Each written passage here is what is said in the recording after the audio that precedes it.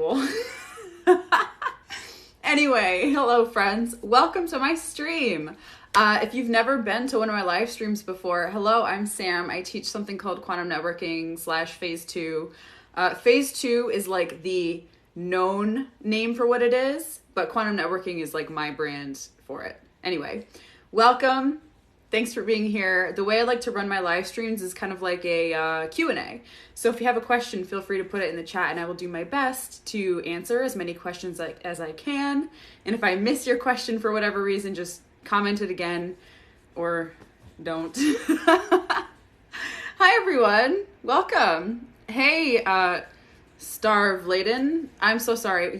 I'm really good with like pronunciation. I love language. I love, that. But usernames are like my kryptonite. Hi, Star. I'm just going to call you Star. Hello, everyone. Welcome. So, you read the book yesterday? Thank you.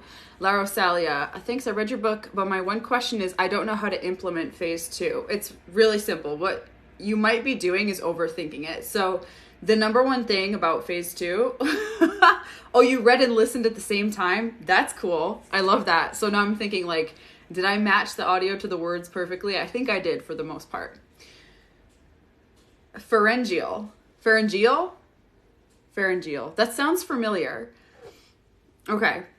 Oh, by the way, I forgot to include this part of my introduction. I answer all questions as long as they're not vulgar or disrespectful. So, yeah. Thank you. Okay.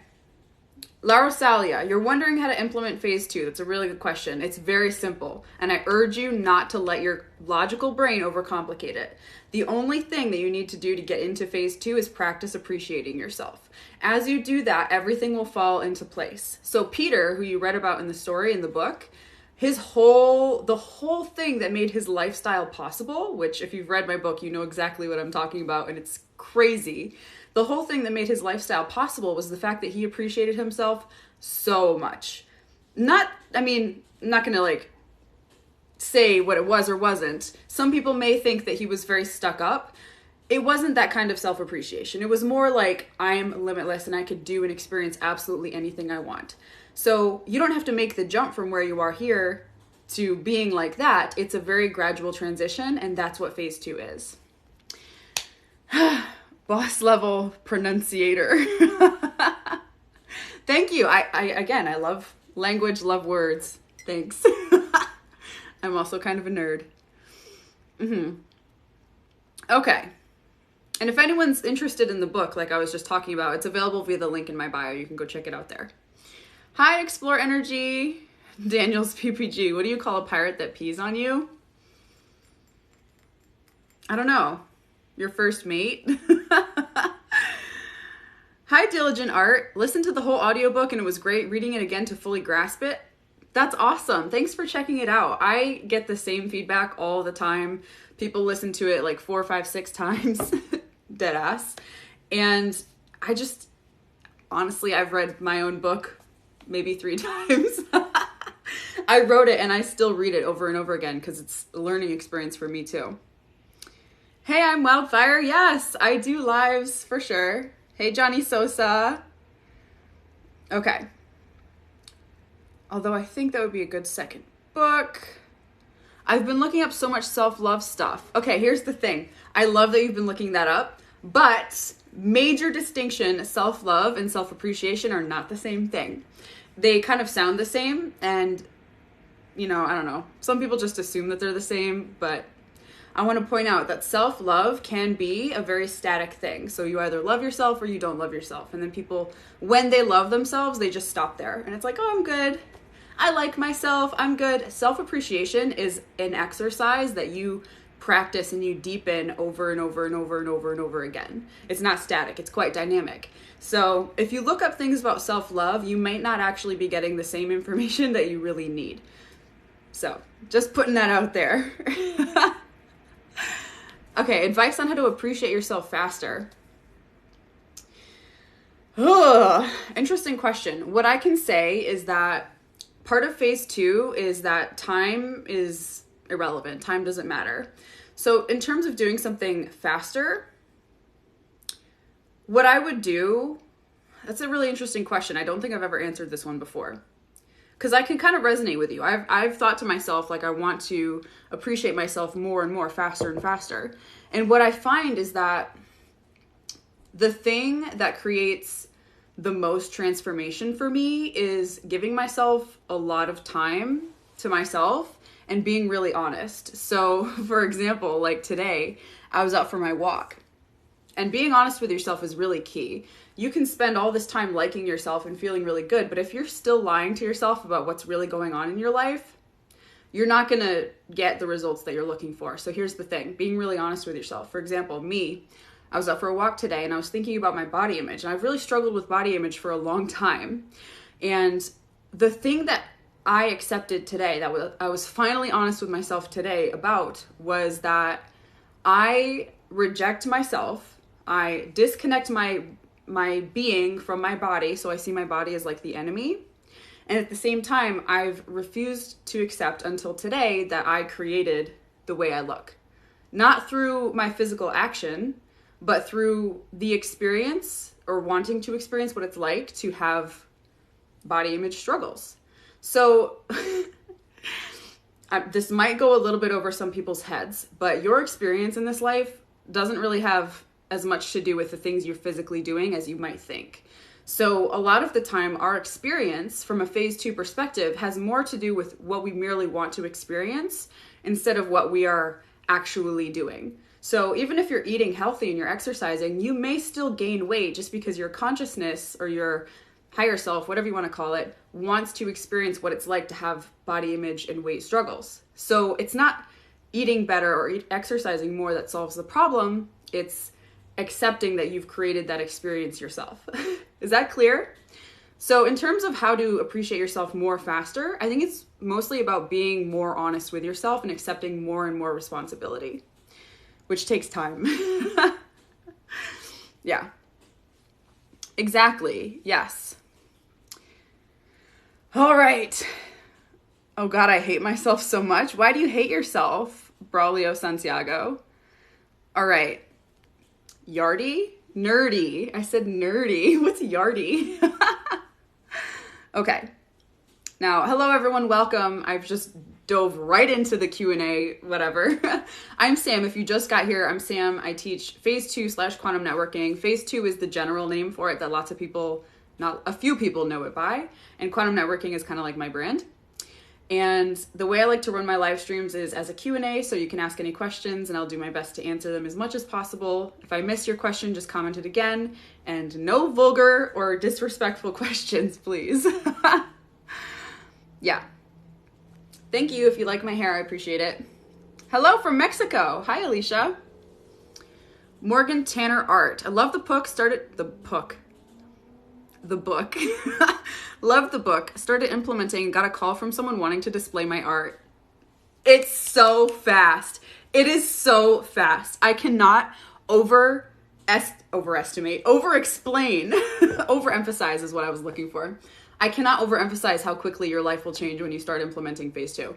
And for those of you who are like, what the fuck is phase 2? This is going to sound mad gimmicky, but phase 2 is a literal secret of the wealthy. People talk about mainstream manifestation and they say like, oh, wealthy people manifest, whatever. Wealthy people don't use mainstream manifestation. They use phase 2, quantum networking. All right, Yardy. What even is Yardy? Okay, is that Germany? HL0711, is that the German flag? Hello from black, red, yellow. Yes. Thank you, everyone. Welcome. Okay, let me get some questions here. Do you think you can change the way you look? Absolutely. So the idea of phase 2 is that you transcend the limitations that you've been living under in phase 1. So all of you right now are living in phase 1. You've been living in phase 1 your entire life. So Lacey, can you change the way you look? Absolutely you can, because not being able to change the way you look is a limitation that you may have adopted or accepted. In phase 2, you can do pretty much absolutely anything that you can see possible for you. I don't want to confuse people here. I'm just really excited and I'm speaking kind of quickly. But yes, you can absolutely change the way you look. And it doesn't take as much effort as you think. Okay, in America, the food is poison, so you might eat healthy and gain weight. I agree with you to an extent. Here's the thing. You create your entire experience. People typically think that they're a victim of something that they may see as outside of their control. For example, the food in America. However, from a phase 2 perspective, and again, this is a real thing. This is what people use, especially wealthy people. From a phase 2 perspective, you create your entire experience, meaning you create the manufacturers of the food in America. Meaning, if you create it, you can also change it. Meaning, if you eat that food, you can not get sick because you basically don't believe that you're gonna get sick. This might sound fucking crazy, but the thing is, your beliefs inform your experience. If you believe the food's gonna make you sick, you're gonna get sick. If you believe the food's gonna make you fat, you're gonna get fat. But if you believe that you are the creator of all things and nothing has more power over you than you do, your experience can be defined in absolutely any way you see fit. There are people who eat the food in America for their entire fucking lives, never get sick, don't gain weight, they're perfectly healthy. So why is it that some people can do that and other people can't? It has everything to do with your belief system and whether or not you see yourself as a victim, the stories you tell yourself, etc., etc. Okay. Yes. Hello. Hi, welcome, Elena Rickman. Thanks. What are my big 3? My big 3 what? Big 3 favorite animals? I don't know. Lazy Mama Dawn. My birthday is June 14th, 1996. Thank you, Valentina. I don't do anything special with my hair. Okay. Let me catch up on some questions here. Welcome, everyone, by the way. Thank you. I look like Selena Gomez. Thanks. Okay, Rue29X, where do I start? So a few people here are commenting about the ebook. If you want to check the ebook out, which is where I would actually suggest that you start, it's available via the link in my bio. We also have another ebook coming out in January called Quantum Cash. So if you've never read Quantum Networking, it'll blow your mind, but Quantum Cash will blow your mind like 10 times over because it's everything about money that you probably have never heard before. This information will change your life. So you can actually pre-order that at the same time you get Quantum Networking. That's also via the link in my bio. That's where you would start. Okay. I love your content so much. Hope I can buy your ebook soon. Ah, thank you. Yeah, I hope you can get it soon also. I'm sure I'm gonna have like a Christmas sale or whatever. Lacey D88. How do you deal with fear, like fear of the dark or people you love getting hurt? Okay, here's how I would deal with that. Feel it out. A lot of people, when they're afraid of something, they avoid it. Like, for example, spiders. Now, I'm not saying that you should do like exposure therapy and go sit in a basement in the darkness or hold a spider. But what I am saying is that your fear is all about how it's going to make you feel. It's all about emotions. And maybe some logic. But again, logic is just like a limitation. It's your brain telling you stories. So fear is about emotions. If you're afraid of the dark or if you're afraid of something happening to the people you love, what you can do is take some time to kind of visualize that actually playing out and physically allow the energy of the emotions in your body to move. And once you do that, you'll realize that it's really not that bad and you can get through it. And then afterwards, you're going to stop thinking about it so much because that emotional energy isn't stuck anymore. This is like part of a shadow work technique that I used to teach. Try not to overcomplicate it. Yeah, no, I've used that technique for things like fear of success. The worst case scenario for me in terms of fear of success is like losing everything. So what I did was I imagined being successful and then losing it all. And I had this crazy tension and anxiety in my chest and I just let it play out. And then afterwards, in facing that fear and feeling those feelings, it's gone. I'm not even concerned about it anymore. Is quantum networking protected from AI automation? Yes.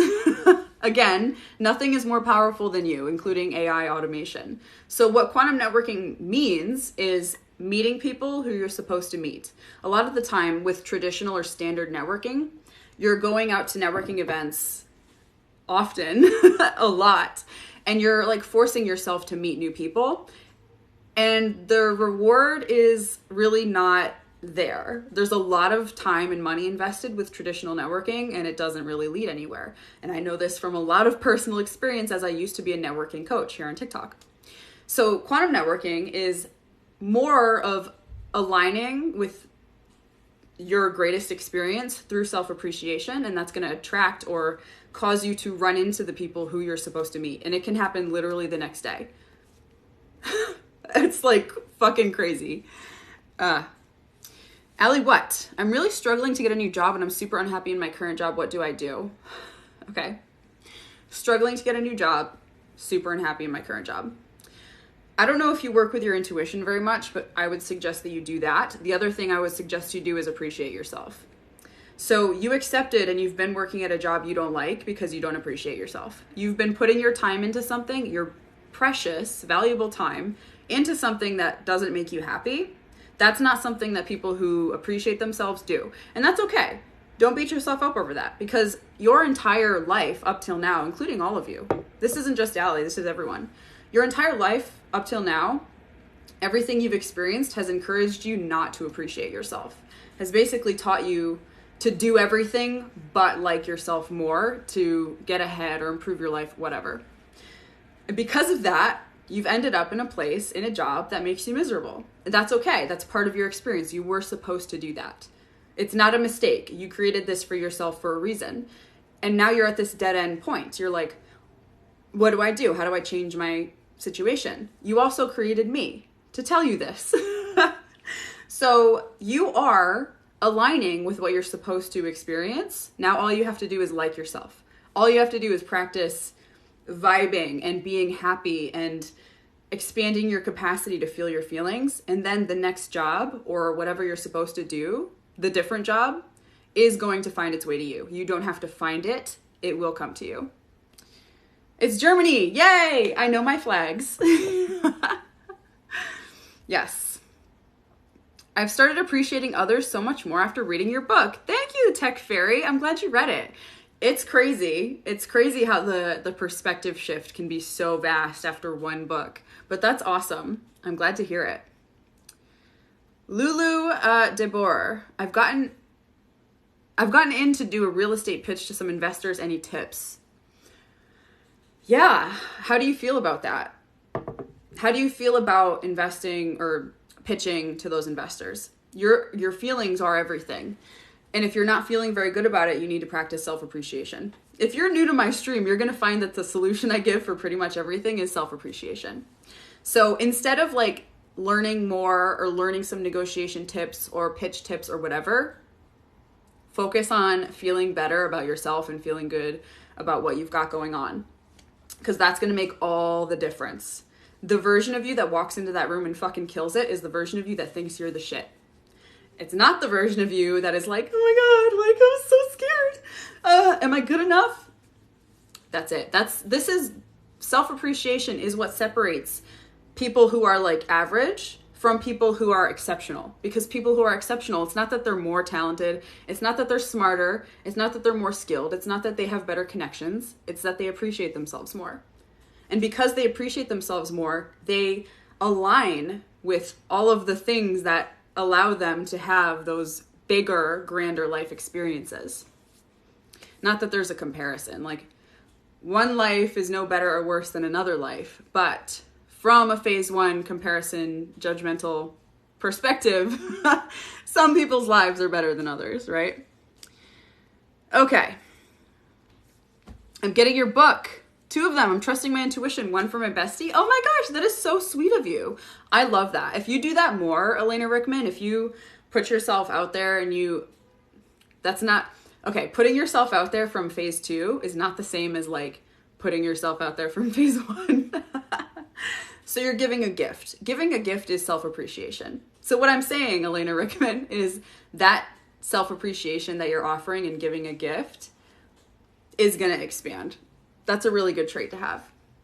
Okay. Seems as though I no longer come across people by chance. Have a great evening. Right, I guess. Are you leaving the Book of Johnson? Okay, bye. Hi, 25AC. I cannot wait to hear what you think of the book, Elena Rickman. Thank you. Yes. Just Felicia finished the book. Thank you. Oh, I'm so glad you loved it. Oh my gosh. Thank you. All right. Modestly Magnificent. Hi, just joined. What did I miss? What do you think about To Be Magnetic? I don't think I've ever read it. Is that a book? To Be Magnetic? I have no idea. Ugh. I'll have to check it out. Larosalia, I noticed subconsciously I did phase 2 with my love life, but every other area feels difficult. Interesting. Ooh, okay, here's the thing. I love that you noticed that. That's self-awareness, and that's going to be key for your expansion. It's also being honest with yourself.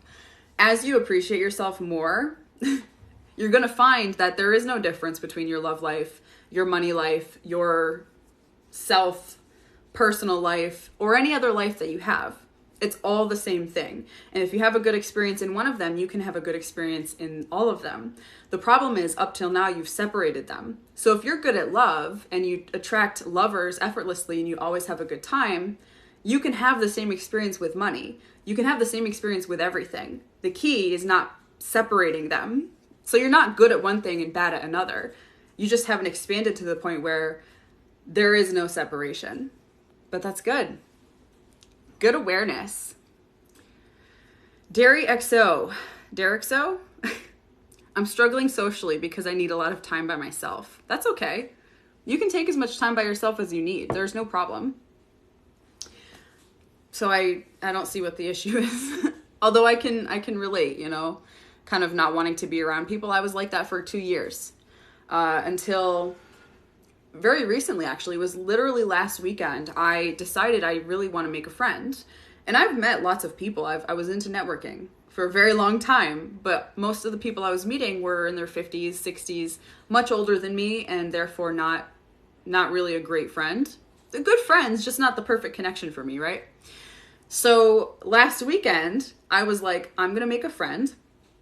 And immediately, I got 2 DMs on Instagram from some girls who were following me here on TikTok. And they were like, we're in Scottsdale. Can we meet up with you?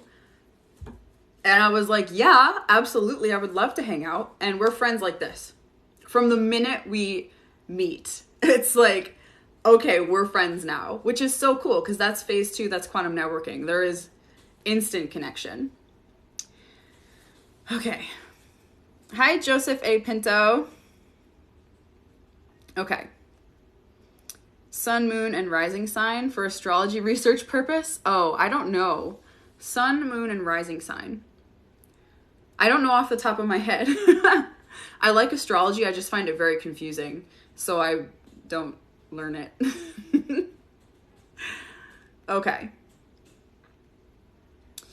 All right, let me catch up on some comments here. Okay. Yeah, Lazy Mama Dawn. I can give you my, birth information if you want to look it up.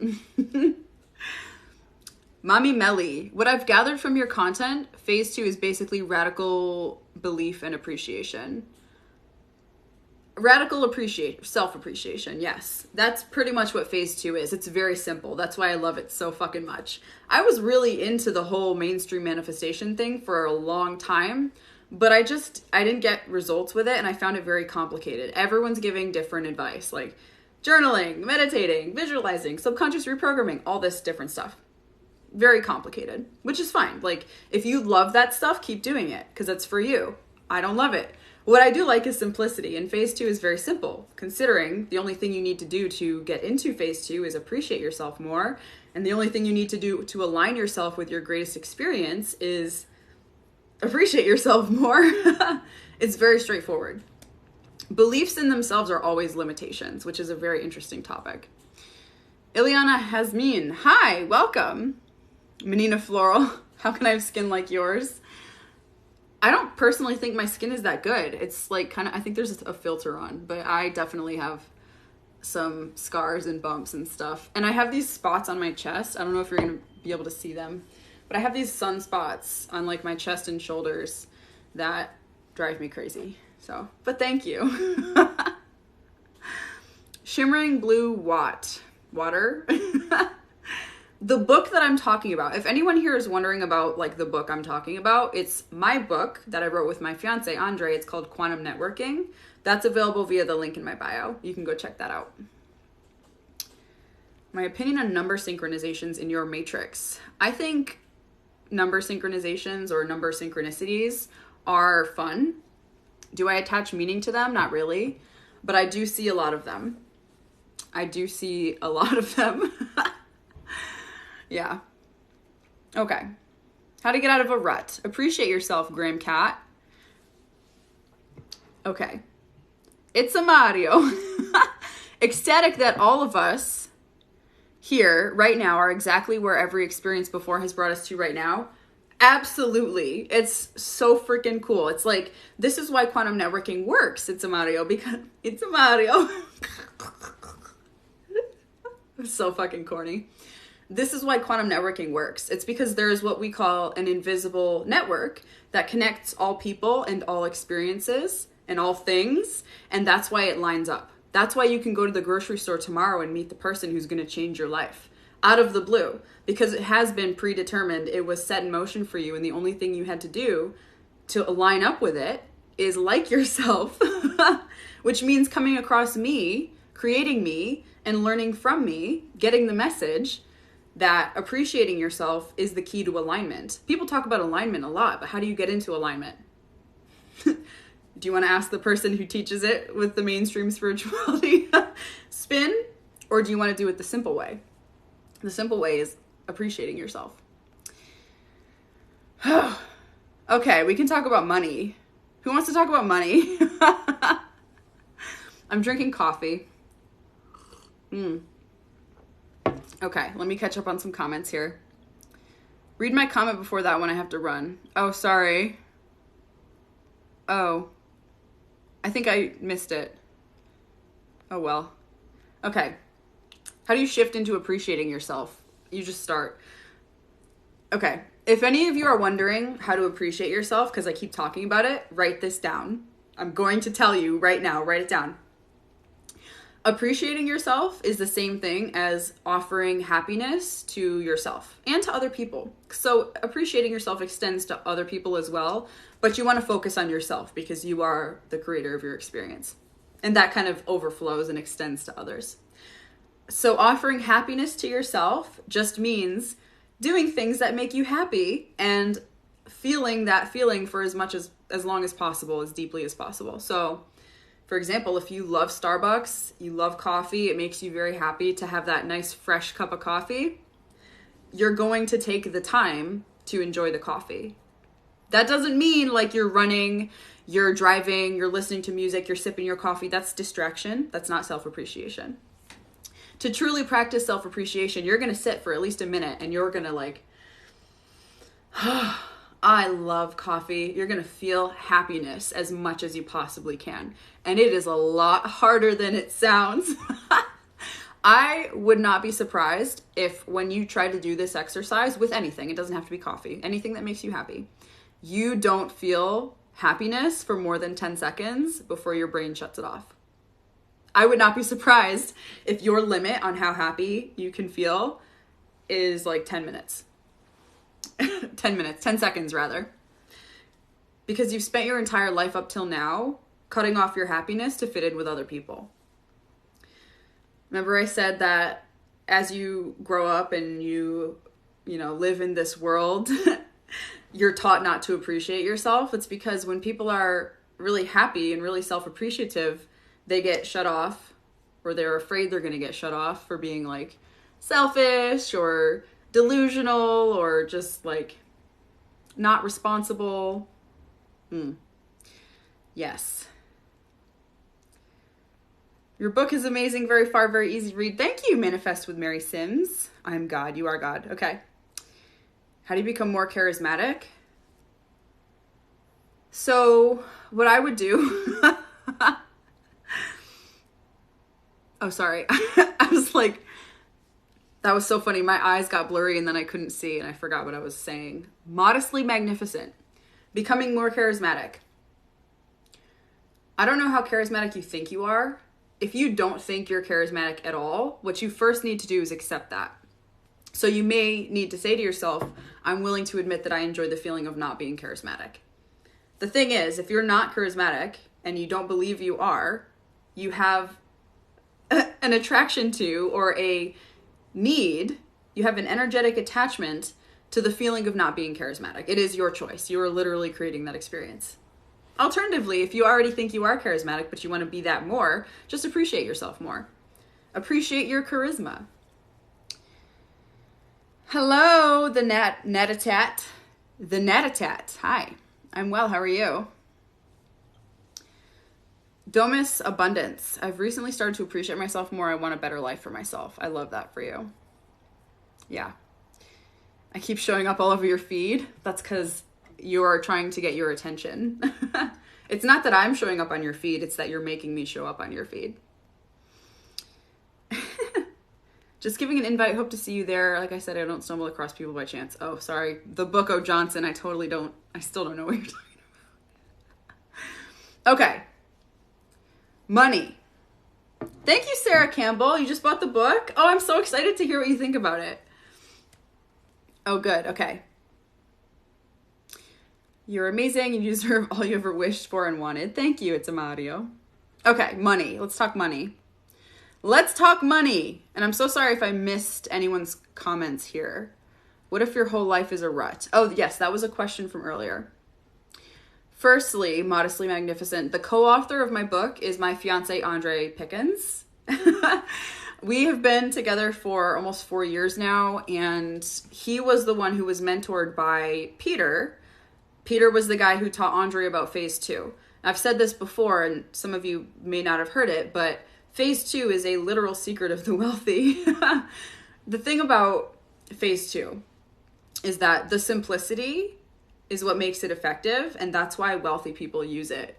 They don't use the mainstream manifestation stuff because it's very complicated. Maybe they do, but maybe some of them do, but I'm going to say, I'll put money on it, that it's phase 2 that wealthy people are using. But you probably haven't heard of a lot of people talk about it because it's not a well-known secret. Katie likes, oh, you were at the networking event? Yay! I'm so glad you had a good time. Yeah, that was really fun. All right. Money. Let's talk money. Okay. If any of you are struggling with money, I can relate. I struggled with money my entire life. I grew up in a family that basically taught me that to make money, you have to work really hard. Work ethic is like the most important thing, and you got to work your way up the ladder and stupid bullshit like that. None of that is true. It is all false. All of those things are just stories that you tell yourself and you believe in. Earlier, I said that all beliefs are limitations. That's true. No matter what you believe, it's a limitation. The thing is, money is nothing more than a facilitator for an experience or a facilitator for action. It's not real. You've never actually seen money. You've seen the representation of what money is. To create more money is not about doing things outside of you. It's not about working harder or having a better product or having a different job. Instead, it is about deepening your capacity, expanding your capacity to feel your feelings. A lot of you will probably complicate this. You're probably going to want to overcomplicate it because if it really is that simple, it would mean you've wasted a lot of your life making it harder than it needed to be. That was my exact experience to a T. It took me 3 years to accept it. I struggled financially for 3 years since meeting Andre. I was like real broke before that, but after I learned the information, it took me 3 years to finally implement it. But when I implemented appreciating myself and feeling happier and letting myself be happy, my fucking money experience changed practically overnight. Now, your situation won't look exactly like mine because I just, I have my social media business. I sell books. I sell digital products. Some of you have a job, but appreciating yourself will lead to opportunities and experiences that you don't see coming. Maybe out of the blue, you get a job opportunity that's pays twice as much as what you're currently making because you appreciate yourself enough to experience that. The old version of you that didn't appreciate yourself would not get that opportunity because expansion leads to bigger things, right? The capacity to handle that. You can't make unlimited money where you're at right now without self-appreciation, because self-appreciation is the capacity to feel deeper feelings. So the amount of money you're experiencing currently is associated with a level of feeling. For me, my level of feeling was very low. That's why I had very little money for so long. But when I allowed myself to feel more happiness, open myself to the possibility of feeling more sadness or more anger, whatever it is, general expansion, that was when my money experience changed, because I was able to handle more. And this is what business owners and coaches on social media talk about. This is what they mean. Like nervous system expansion. I don't care about my nervous system, but it's kind of like the same thing. I think nervous system expansion is more complicated than it needs to be when it's really just about practicing happiness. All right. Let me catch up on some comments here. I currently do not have any investments because I was broke literally 6 weeks ago. I was like literally broke 6 weeks ago. I went from having sub $1,000 months for a year because I was just like struggling to $10,000 in a month in less than 2 months. It just was like zoop because I practiced self-appreciation. Yeah. Okay. Hold on. Okay. Taco Bell Demigod. What do you want me to repeat? Seeds of Growth, still reading through your book. Thank you for checking it out. I've been working through phase 1 stuff with my somatic counselor. I love that. That's very important. So you've been working on the feelings in your body so you can create the space to feel more. That is so awesome. I love that for you. I love that. Good job. Lenare24, why can't I ever attract a suitable guy or money? Because you don't want to. This is a tough truth. A lot. There's going to be some resistance to what I say, but it's true. All of you probably want something that you don't have yet. The reason you don't have it yet is because you don't actually want it. From a phase 2 perspective, again, this is what wealthy people use. This is why they create the lives that they have. From a phase 2 perspective, you are an unlimited creator. You start out with playing the phase 1 game because you get to experience limitation. You can't experience limitlessness without first experiencing limitation, right? So you get through limitation and you're like, okay, I want to play the unlimited game. So you enter the unlimited game. In the unlimited game, you can create anything that you desire. And if you don't have that thing yet, it's because you're not motivated to have it. Now, what motivates someone to have what they want? For example, maybe you need to do the thing that scares you, but it's not about taking the action that's scary. It's feeling the feelings of it. For example, let's say you're afraid to expand your business and you know what you have to do to expand it. Maybe you've been thinking about it for a long time and it's going on this particular podcast, whatever it is, for example. You don't have the emotional capacity to experience an expanded business. So it's not about signing up for the podcast. It's about appreciating yourself. Because as you appreciate yourself, signing up for the podcast becomes a no-brainer. It's like, okay, yeah, whatever, I'll do it. Once you do that, that's when you actually want the thing that you've been wanting and it comes into your experience. There is no limitation to how quickly or how fun or whatever. There's no limitation to how something can unfold for you. If you believe there is, you're not fully in phase 2. You're not unlimiting yourself. So if you don't have suitable partners or enough money, it's because you really don't want those things and you're preferring to play in the phase 1 limited experience, which is fine.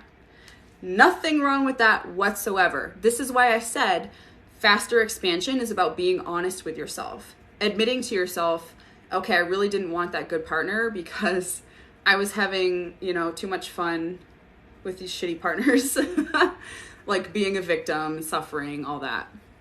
It's, ew. Yeah. Menina Floral, does my fiance always wear the shades? Yeah, he does because he has severe photosensitivity. He can't look at light. It causes severe burning sensation in his eyes. So he wears the sunglasses all the time.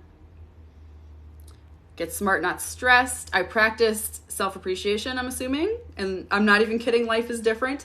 No shit. I love that. I love that you've been practicing it. It does not take long.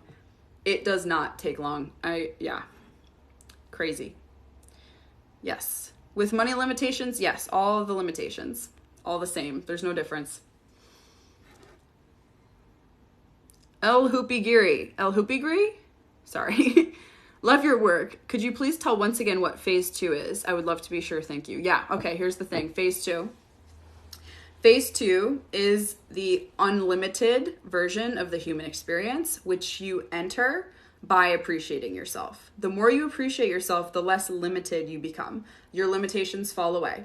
So if you're struggling with money, money feels like a limitation. It will cease to be a limitation the more you appreciate yourself. If you're afraid of dogs, or you're afraid of success, or you're afraid of failure, appreciating yourself causes those limitations, which are like stacked on top of you or whatever, if you want to picture that, to fall away. You are literally like a plant growing out of the soil. I probably just confused the shit out of you, but it just came to mind and I wanted to say it. Yeah. But that's how it works. The more you appreciate yourself, the less limited you are. That's how it goes. Do you have any examples of currently ill people that cannot work and still allow an abundance? Yes, work is not required for abundance. People will tell you, you have to do something, you have to work, you have to. You have to work to make money. It's not true. That's a story that you've accepted. A story you've continued to tell yourself. Because if you have to work to make money, but you can't work, that explains why you don't have money. It's logic. Logic is limiting. I don't think I have any examples, but what I can say is, first of all, stop telling yourself that story. Here's what you can say instead, general perspective. I feel like finding ways to experience money that don't require work. Or I feel like finding ways to experience money that I can do in my current state. That statement, I feel like X, opens you up. It opens your perspective to new opportunities that you would have not seen before if you had continued to tell yourself, I can't make money because I have to work. So try that. Okay. Sorry, let me catch up on some comments here. Stretch. Okay. I wish you were recording these live streams. They actually do automatically get recorded. I have recordings of live streams from a long time ago because TikTok records all of them. I just haven't done anything with them. Can you repeat again, please? Yes. You mean repeat the thing about work? Yeah. Sorry, I don't put them anywhere. If you want to rewatch my streams, I'm going to have to put them on like YouTube or something. But yeah, okay. This is my first time on this feed. I purchased the book and audio. I'm in a lot of resistance. Ooh, well, thank you, Joelle Joey. I appreciate you checking out the book and for hanging out here. Resistance is a thing. Here's a really good tip for resistance. Okay, so if we eliminate the logical mind, which is going to give you reasons why you're in resistance, just forget about it. Forget the logical mind. The way to handle resistance is to physically stretch your body. Physically stretch. Like, get on the floor, do some stretches, touch your toes. Afterwards, you will feel a lot less resistant. Make sure you're breathing and you relax. People typically don't stretch properly. You may need to watch a YouTube video or something to find out how to properly stretch. But when you do that, it's going to release some of that resistance. But thanks. Okay, promo codes. I don't currently have a promo code, but probably around Christmas, I will have one for the holidays. Having such intense synchronicities, yeah, that's what happens. Like I said earlier, I see repeating numbers everywhere. Almost every time I look at the clock, it's a repeating number. It's crazy. Yes, La Rosalia. It's like when I was depressed, I had to accept that I enjoyed being a victim. Exactly. You create these experiences for the purpose of the feeling and the experience. You're not a victim of anything. And it just expands and expands. It's the same truth, just bigger and bigger and bigger and bigger and bigger. You choose your experiences. You enjoy the feeling of whatever you're going through. Maybe not from a human perspective, from a small, weak human perspective, but from the perspective of your consciousness, your unlimited higher self, as some may call it. The human game is just like all fun. There is no bad experiences. It's just this crazy, real short thing that you get to do, and it's all fun. So that's how that works. I see lots of questions about, yes, Essence of 88, the statements meditation. It's life-changing. It's crazy. I'm so sorry. If I missed anyone's comments or questions, I'm so sorry. There's a lot of them and I'm doing a lot of talking. Jibber jabbering. Whatever. Okay, wait. I was going to say something. Oh, questions about self-appreciation. How do you do it? Yes, I'll explain that again in a second. Regarding budgeting, Katie likes colors. I do not budget. Budgeting is unnecessary because from phase 2, from an unlimited perspective, you create your money. The only reason you experience money scarcity and shortage and not enough is because you don't appreciate yourself enough to have extra money. You are still enjoying the feeling of being limited financially. When the truth is, and the reality is, you've been creating your own money scarcity. So if you budget because you think you don't have enough, or you think you have just barely enough, that's just another limitation game. You can absolutely play the budgeting game. Some people love budgeting, and that's totally okay. It's just that to fully enter phase 2, you just want to be aware that you are the creator of literally unlimited money, and there's no way for you to run out. Okay.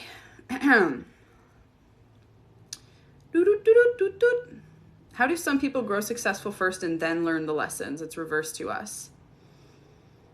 I don't think I get your question, 25AC. How do some people grow successful first and then learn the lessons?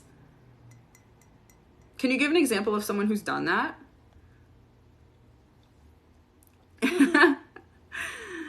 Yes, you can avoid people who make you feel uncomfortable shimmering blue water. If they make you uncomfortable, that's a physical sign that you're not supposed to be over there. Yeah. Okay, self-appreciation. Self-appreciation, everyone write this down. Write it down. All right. Self-appreciation is literally giving yourself happiness. So that means doing something that makes you happy. Could be as simple as making a cup of coffee or buying a cup of coffee, whatever. But then sitting with that happiness, that good feeling for as long as you can. A lot of people, they buy their coffee and it's like, okay, great. I love this. And then they run away and they go to work or whatever. They just skip right over the experiencing the happiness part. They're just glad that they got their coffee. No. Self-appreciation involves practicing being happy, enjoying your experience, being present. You will find milking the happiness, expanding it. Like physically practicing feeling happy in your body. You'll find that it's much more difficult than you think. A lot of people, myself included, the first time you try this, you're going to feel happy for maybe 5 to 10 seconds. And then suddenly your brain's like, oh, we got shit to do. We got stuff to do. Got to get up and go. It's because you're not used to the feeling of happiness. Alternatively, most people can feel bad for a really long time. A really long time. So expanding your capacity to feel your feelings is about being able to feel happiness also, right? Yeah, that's that. Exactly. Woo! Jim Carrey, examples of self-appreciation. Yes, dodging karma. Do something that makes you happy. Play with Legos, drink coffee, whatever. Okay. Can you talk a little bit about shame and how to overcome it and deal with it? I realize that is so suppressed in my subconscious. Okay. Okay, my answer to this question, Andrea Gomez, is going to be a little weird. Because, okay, here's the thing. In phase 2, or from a phase 2 perspective, and I fully believe this myself, you don't actually have a subconscious in which things are repressed. That's not to say you don't have subconscious processes in your body. You do. That's a thing. Your heartbeat is subconscious. Your blood flow is subconscious. Your breathing is subconscious. I'm not talking about those physical processes. What I am talking about is the idea that you have like a subconscious psyche that is limiting you by forcing you to do things you're not aware of. I think that is one, it's overcomplicating the whole process, and two, it kind of puts the responsibility on someone other than yourself. So if you let go of the idea that anything is stuck in your subconscious, you just forget that. Now you're dealing with shame a lot and you just kind of don't know why. The why doesn't matter. What matters is that you accept and admit to yourself that you are perpetuating the shame. That's taking responsibility. That's being really honest with yourself. So what you can say is, I'm willing to admit that I enjoy the feeling of being ashamed of myself, or I'm willing to admit that I enjoy the feeling of shame. You will probably have, when you say this out loud to yourself, you have to relax first though. Don't do it while you're in the middle of something. You're going to be distracted. When you say that to yourself, you will probably have energetic movement in your body. It could be huge. I've done this exercise a lot of times, and there have been at least a few instances where it's like, holy shit, wow. It's really true. Massive, massive energetic movement. The bigger the movement is, the energy, the more stuck you've been, the more you've been refusing to admit it to yourself. So try that. Woo! Rosie Hammond, does manifesting come at a cost? No, that's a story that you tell yourself and you believe. There is no cost to manifesting. You don't have to sacrifice anything. That's also a story. That's a phase 1 story. People love to say, oh, I sacrificed so much to have money. There's 2 reasons someone would say that. 1, they say it because they know the average person will accept it and they won't question it. Or 2, they say it because they literally did sacrifice a lot because they didn't know that it was possible to be successful without sacrifice. So yeah. Okay, Jim Carrey and Bob Proctor. Oh, okay. Bob Proctor stated he had no idea how he got rich till after he did it. Yes, I can explain that perfectly. Here's the thing. When you follow your intuition, you probably want to write this down because this is really key. A while ago, I made a TikTok that basically gave the formula for wealth. A lot of people were like, this is fucking stupid, but it's the actual formula for wealth. Bob Proctor and Jim Carrey have followed it. When you follow your intuition and you appreciate yourself, you will experience things that unfold for you that don't make logical sense, but when you look back, you see the path. Steve Jobs said it.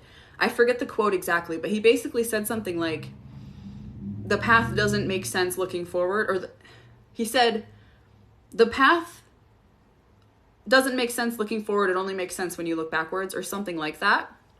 That happens because you follow your intuition. Think of it this way. Actually, I'm going to let that sink in for a second. If you follow your logical mind and you do what makes logical sense, then looking forward, it makes sense. Looking forward, you can see the path. But that's why most people who follow logic aren't actually that successful, because your logical mind can only replicate things that it's seen and experienced before. It can only do things and tell you to do things that make sense. So if you've had limited success that made sense, you're going to continue to replicate that limited success by doing things that continue to make sense. Yeah. So the people who become successful and then are like, I didn't even know I was going to be successful until one day I woke up and it was like, holy fucking shit, wow.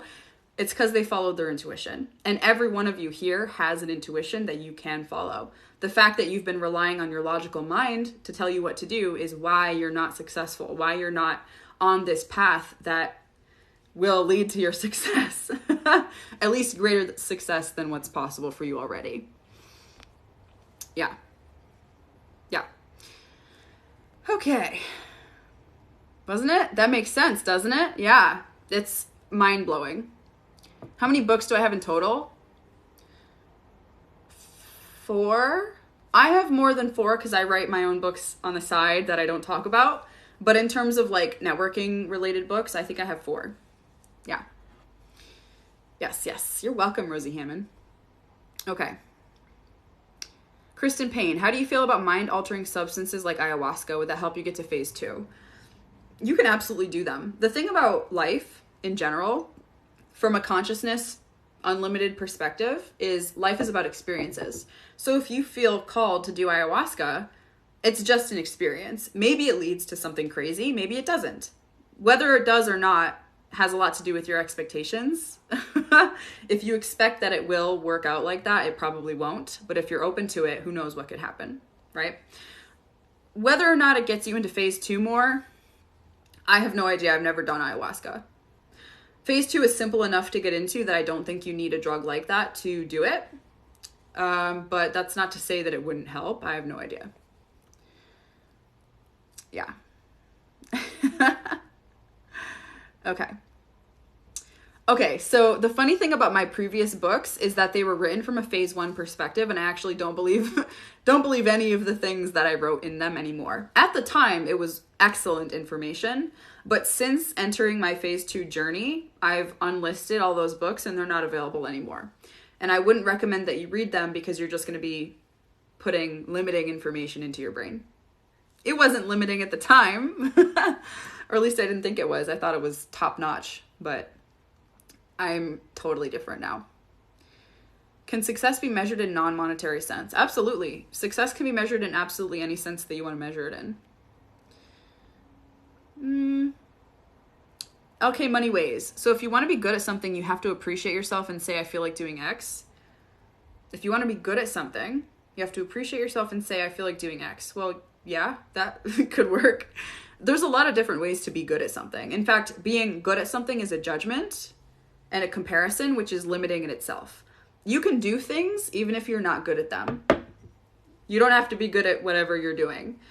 As you do it, you will probably improve, but you can do something and be horrible at it, and it's not a problem. There are people who even sell things that they're not good at because it has nothing to do with your level of skill. So I guess a different way to ask the question would be, if you want to do something, you just appreciate yourself and say, I feel like doing X, the answer would be yes. Yeah, absolutely. That's how you do it. Okay. I've been feeling this sense of excitement in my chest and heart lately, trying to lean into it. Yeah, just lean into it. Breathe, feel it. Can you give a brief explanation between level 1 and level 2? Oh my gosh. Okay. Elena Rickman. I don't even know what that is. Oh, wait, did you say something else that I missed? Okay, sorry. All right. Okay, let me answer some questions here. Do I have a current book? Yes, I do have a current book about phase 2, which I love. I'm so excited about it. I get nothing but amazing feedback about it. If you're interested in my most current book, it's called Quantum Networking, and it's available via the link in my bio here on TikTok. You can go check it out. Yeah, it's all about phase 2. So if you've been listening to this live stream and you're kind of like putting the pieces together about phase 2, but you want to see the whole picture is inside the ebook, and it has some crazy stories about what's possible in phase 2. True stories. Okay. Is Quantum Networking on Audible? It does come with an audio book. So it's not on audio, but when you buy the ebook through the link in my bio, you will also receive the audiobook version of it, which is 2.5 hours long. It's not a short book. Yes. Okay. There was a question about the brief explanation about phase 1 and phase 2. Rosie Hammond. Yes. Phase 1 is the phase in which you kind of like grow up and learn all these limitations. It's the life that you are currently living. Everyone here is in phase 1. You don't have to move through phase 1 to go into phase 2. You're already in phase 1. So don't worry about it. You might call phase 1 like the limited game or the human game. Alternatively, phase 2 is when you realize you've been limiting yourself, you drop the limiting stories, you appreciate yourself, and you enter phase 2, which is the unlimited game or the quantum game.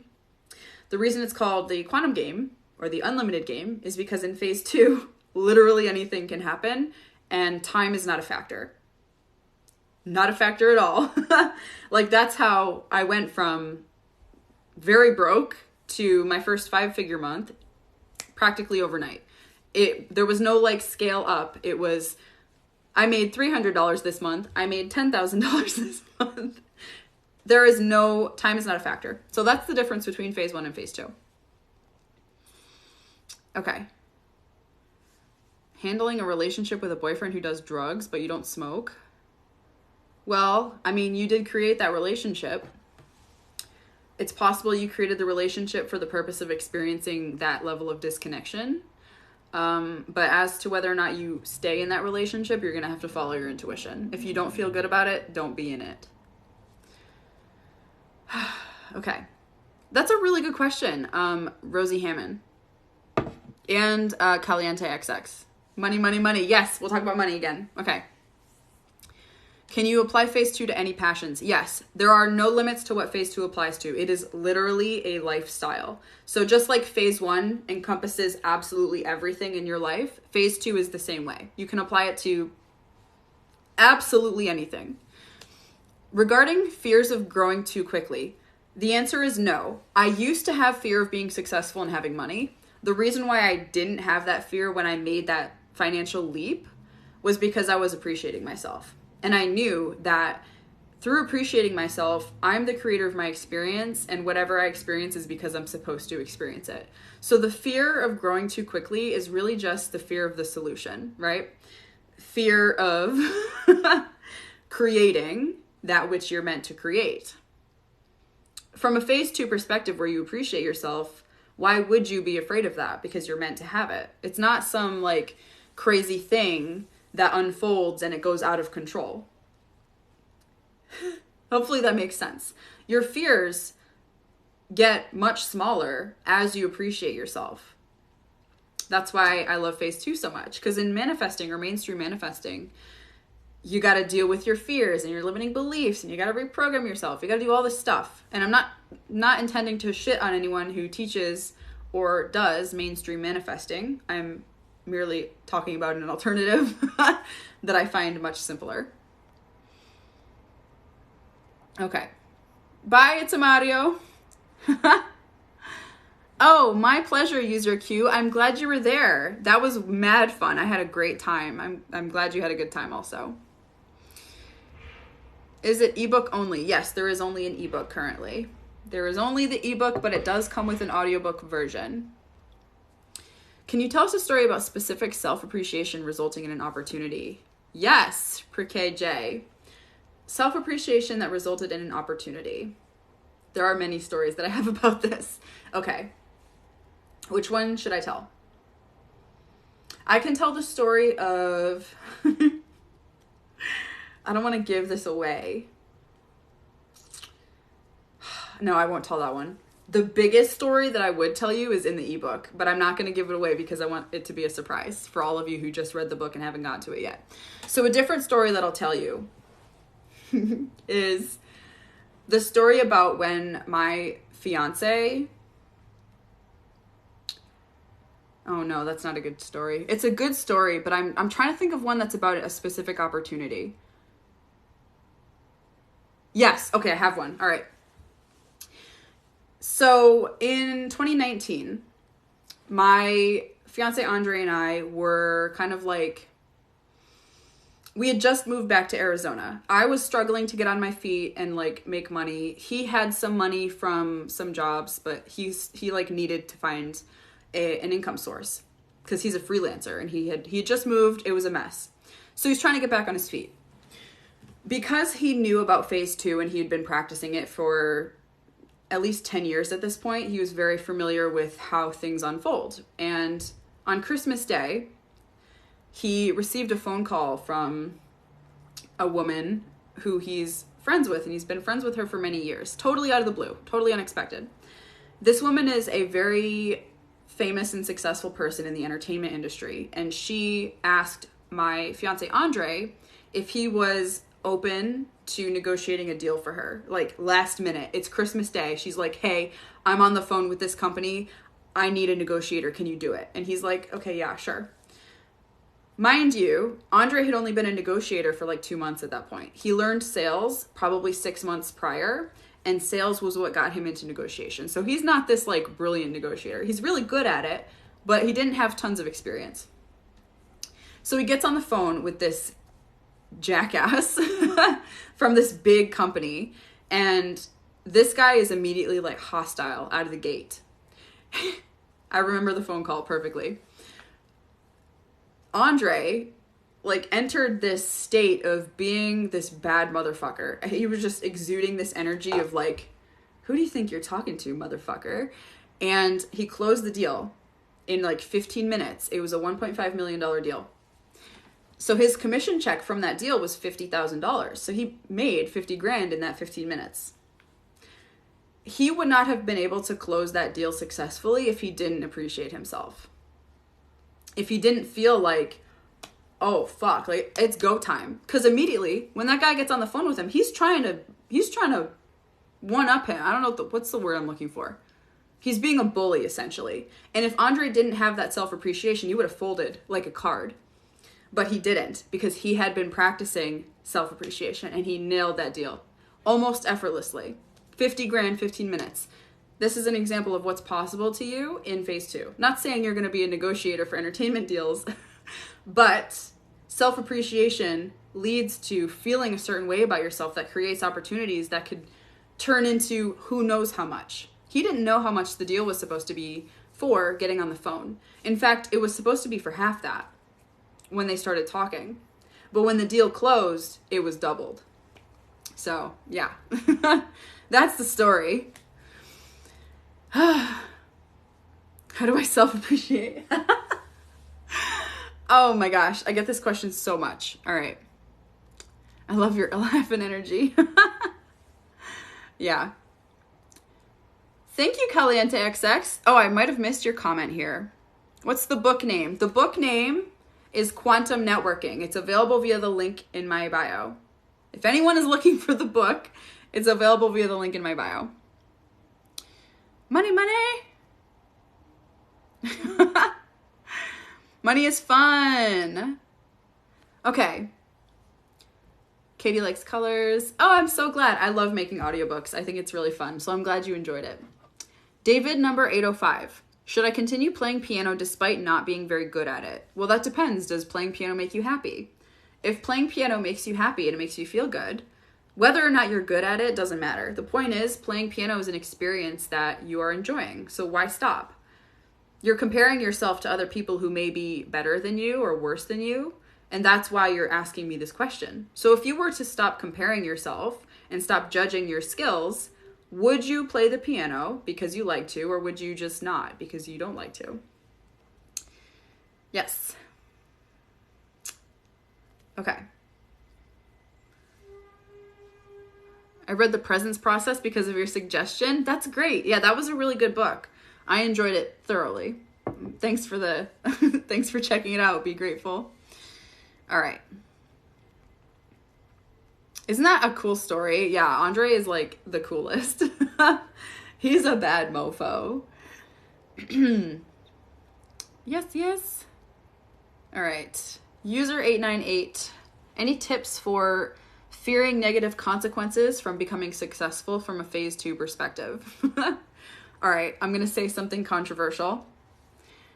All right? I firmly believe, and I know this to be a fact because I've experienced it in my life. It doesn't have to be a fact in your life. That depends on whether or not you accept what I'm about to tell you. You don't choose your actions and suffer your consequences. You choose your actions and you also choose your consequences.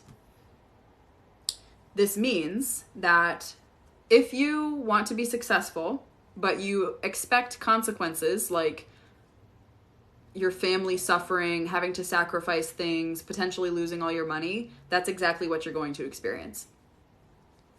But if you can accept that it's possible, you could be successful and face 0 consequences whatsoever, negative consequences, then where is there room for fear? So really ask yourself, am I expecting these consequences because they're real, or am I expecting them because this is what I've been told could happen and I just like the idea and that's why I keep thinking it? You choose your consequences. This is why some people can get away with crimes or do horrible things and like nothing happens to them. Those particular people, consequences were not even a factor in their planning. Now, I'm not saying you should do horrible things, but I'm saying look at the world and look at who gets in trouble and who doesn't. If there were consequences for everything, that were set in stone, everyone would experience the same consequences, but they don't. So you create your experience.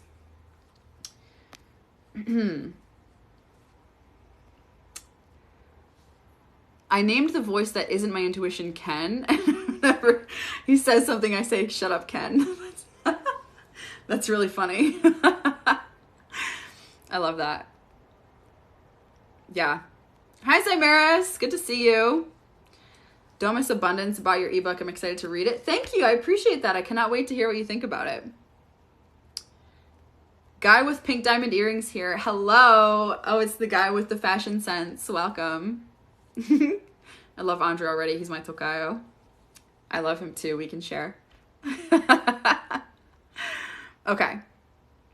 Let me see. Oh, there's so many questions. Wow, there's so many questions here today. If I missed anyone's question, again, I'm so sorry. There's a lot more of them than usual. Usually I get a lot of like comments and stuff. Okay. I realized I wanted it to end. Right. Yes. You want everything you experience. And if you're not experiencing something you want, it's because you don't really want it. Right? Okay. I sing all the time to vibe, but it doesn't sound good. You're judging. Stop comparing. Stop judging. You can sing if you want to sing. Who fucking cares if anyone else doesn't like it? That's a comparison and an expectation. Swag. What's your favorite inspirational quote that changed your life? Oh, shit. There's one on the tip of my tongue. An inspirational quote that changed my life. That's funny. As soon as I get put on the spot, I'm like, I don't know. I don't remember. I'll have to get back to you on that. There's a few quotes that I like. But I find that a lot of quotes are actually from a phase 1 perspective. A lot of the quotes that I used to like are very limiting. I just didn't see it at the time. Marry you. What you should do if your family is excluding you during events? Cut them off? Well, okay, you're creating that experience. You're creating your family excluding you because you are wanting to experience what it would be like. This is probably very hard to accept. But if you're going to become a powerful creator in your life, which is, I'm assuming you want to do, if you wanted to be a victim, you probably wouldn't be here on my stream, right? What you need to do is accept that you're creating that experience. What happens with self-appreciation is that when you start practicing it, people start treating you differently, effortlessly. In fact, in phase 2, I would go so far as to say that you eliminate the need for setting boundaries because self-appreciation leads you to either surround yourself with people who are respectful without you having to like ask for it, or cut yourself off intentionally or unintentionally. They just fall away, right? From people who don't do that. It is very magical how the alignment occurs. There's almost no force required. There is no force required. Sometimes there's action, but there's never force. So if I were you, Marie, I would kind of, A, start appreciating yourself. That's important. But B, find out where you're not really being honest with yourself. Is it possible that you want your family to exclude you? Is it possible that you're looking for my permission to cut yourself off from your family? You want to go no contact? Is it possible that you've been waiting for someone to tell you to do that? But instead of getting someone to do it, you've just caused your family to treat you a certain way. Be honest with yourself. Okay. Caliente XX. How did your life change now? How long did it take you to leap into phase 2? It was like one day. Now, once you start doing self-appreciation, you will kind of flop back and forth between phase 1 and phase 2. Because it's not like you suddenly forget all your limitations, right? They will come up. But self-appreciation causes them to kind of fall away over time. So after I started practicing self-appreciation, like for the first time ever, when I finally broke down and accepted that what I was doing before that wasn't like working for me, my financial experience changed instantly. Crazy. I've said this before in my stream. I went from like $300 months because I was really struggling financially in my business to $10,000 in a month. And that was because one day I was like, okay, I'm going to do phase 2. I'm just going to start appreciating myself. So I started following my intuition. I started practicing happiness. And it was just like, it's so fast. I don't know if anyone needs me to like emphasize how fast it is, but it's really fast.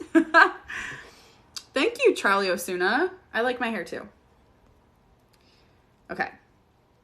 Rosie Hammond, will sharing your goals help them manifest faster? I don't make goals. I don't think anyone should make goals, honestly.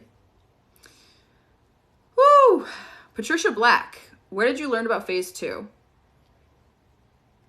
Sorry, I just got distracted. All right, let me look at some comments here real quick, and then I'll answer that question. Shut up, Ken. Oh my God, that's why narcissists get away with so much, because they believe they're invincible. Yeah, exactly. Narcissists, anyone who doesn't seem to suffer consequences, it's because they have no concept of consequences. So they just don't create them. If you are the powerful, limitless creator of your experience, nothing is more powerful than you, not even consequences, not even the laws of the land, right? Not saying you should break laws, just saying that these are the layers of limitation that you're shedding in phase 2. You create you created the laws. You created everything. You used to think that those things were bigger than you and more powerful than you. But now that you're exposed to phase 2, you realize that you're more bigger and more powerful than all of those things. Yeah. Okay. Woo! What's wrong with goals? There's nothing wrong with goals. Again, like literally everything else, if you love setting goals, set goals. If you don't like setting goals, you don't have to set goals. The thing about goals is they're expectations. Like you set a goal, the more specific your goal is, the more specific your expectation is. And when you don't meet your goal, you have a completely arbitrary reason to get upset.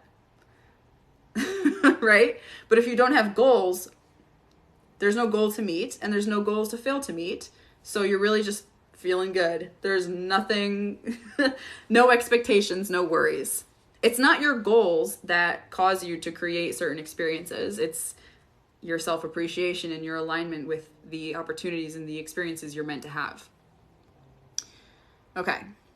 Someone asked a question earlier. Where'd you learn about phase 2? That's a really good question. I don't think I've mentioned it yet. So phase 2, I learned about it from my fiance, Andre, but Andre learned about it from his mentor, Peter, and Peter learned about it from his mentor, Kevin. When Peter learned about it, it was back in the 1950s. Now, when I say that phase 2 is a secret of the wealthy, I mean that very literally. It is something that is passed down from wealthy mentor to mentee and in wealthy families. There are a handful of examples I can give of people that you would know who know about phase 2, but it's not common knowledge.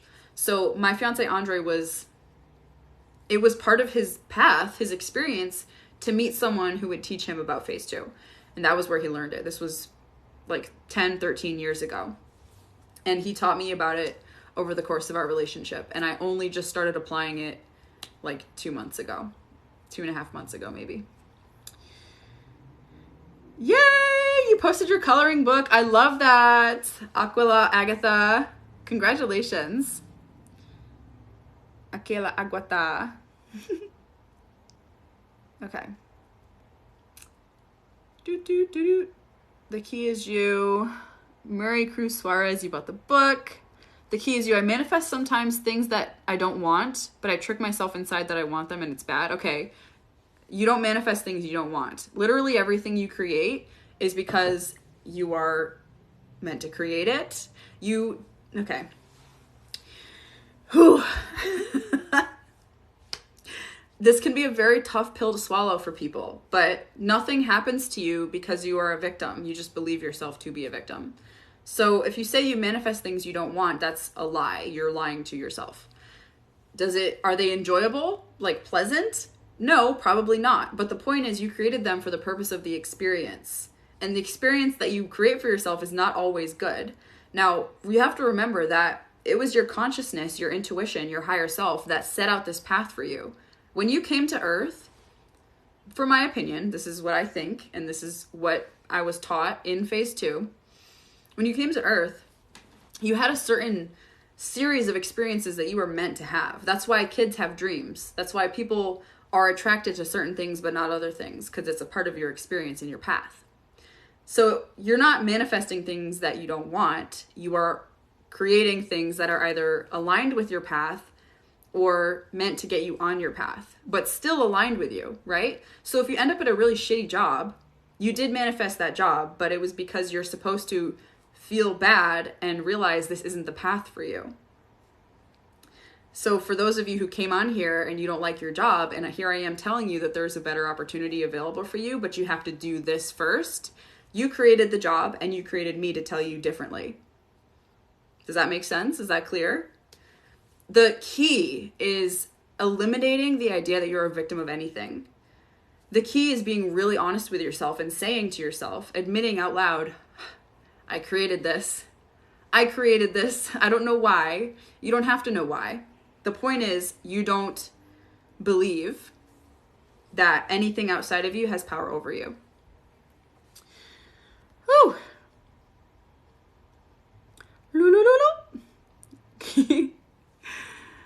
Okay. Admitting it out loud helped me a lot. Yes. So are you talking about like the statements meditation, Marie Cruz Suarez? I love that exercise. I came up with it earlier this year and it just was like so life-changing. How did your husband meet his mentor? It's a funny story. So my fiance, Andre, husband, whatever, was friends with someone who was the son of one of Peter's friends. It's a really confusing way to say it. Basically, Andre's friend introduced him to Peter. Peter was friends with Andre's friend's dad. So there was like just a totally random connection. But it wasn't random. It was supposed to happen that way. I'm so excited for you to read my book too, Patricia. Why do we have a certain path? I think it's just because if the human experience is just a game, which it is, it's like a theme park with a bunch of different rides and attractions. You come here because you want to just experience certain things. Some people really want to try out fame, or some consciousnesses really want to project themselves into Earth and experience fame, or being wealthy, or being adopted, or whatever it is. Just for the fun of the experience, essentially. And again, from consciousness's perspective, nothing is like horrible. It's all just a game, which can be really hard to accept from the human perspective. I recently created some really challenging, unpleasant circumstances, but I see the perfection. Yeah, there you go. Looking backwards, it's kind of like, oh, fuck, I did that. It's funny, if you really think about it, all the challenges that you're going through, each and every single one of you, all the challenges that you're going through are exactly what you would have selected for yourself from a higher self perspective. So for me, for example, I definitely know, I know myself enough to admit that if I were to choose my life challenges, I would pick loving luxury but having no fucking money. I would pick like having great potential but not thinking I'm good enough. I would pick like wanting to be really confident and sexy but having body image issues. I would pick everything that relates to like being big but wanting to like stay small, because that's just so funny and so ironic to me. And I can see why I'm living out these experiences. They're exactly what I would have chosen for myself. Does it suck being the human who's going through it? It can. Or you can look at it from the perspective of, wow, this is hilarious. This is mad funny that I would choose this for myself. And that's how I live my life. You know, I used to get really upset. I used to be absolutely miserable, super negative, such a victim. But since entering phase 2 and appreciating myself, I think I laugh more than anything. I'm always amused at what I'm creating, whether it's like objectively or subjectively rather, good or bad. I just think it's really funny. So yeah, my hair is nice. I could sell hair gummies. Thank you. Okay. Boop, boop, boop, boop, boop. What do you do? 9 to 5 is another form of slavery, I guess, if you want to see it that way. I am a social media person, I guess, influencer, you might say, and I sell my writing. I'm a writer, so I sell books,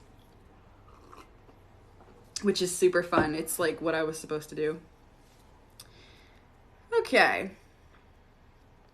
Can I repeat what phase 2 is? Phase 2 is like the unlimited version of the human experience.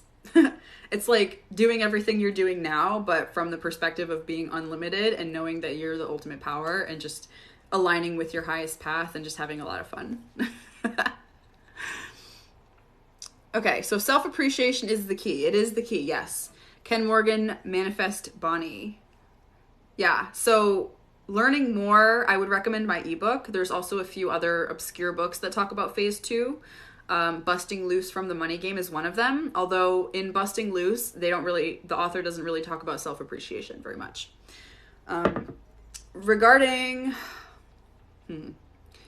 I think the best place to learn about self-appreciation is in our next book coming out called Quantum Cash. I'm actually kind of thinking that, I don't know. I don't know exactly what you want to learn because self-appreciation is very simple. That's why I talk about it a lot. Whew. Hi, Quartz Cowgirl. Good to see you. Thank you. I don't want to be lonely, but I want to be lonely. How is that? Well, you have to admit that if you're lonely, it's because you want to be lonely. Logically, you may think you want to have friends, but if you don't have friends, it's because you don't actually want to have friends. Because having friends means you have to go out, maybe get a little bit uncomfortable, talk to new people, whatever. This is why we maintain behaviors and circumstances that we don't consciously enjoy, we don't think we like, because we prefer the feeling of not having it to the feeling of going out and getting it, right? Yes. Okay, yeah. So if anyone's looking for the book, like Ken Morgan, Manifest Bonnie, if you are looking for my book, it's available via the link in my bio. And you can also pre-order Quantum Cash, which I was literally just talking about regarding like money and self-appreciation when you get Quantum Networking. So that's an option. That's coming out in January. No negative Eva. Kristen Payne. Hey, Kristen. Did you notice losing friends or family when you got into phase 2? No. Personally, no. Some people may notice that. I didn't. Actually, I'm noticing that my relationship with my mom is a lot better than it used to be. And also, I'm making friends. Yay!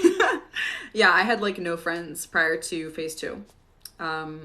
Relationships are a lot easier for me in phase 2 because there is the knowing that if it's a relationship I'm meant to have, it's going to feel good. There's going to be a connection. You don't have to force it or work at it. So that's kind of how it is for me now.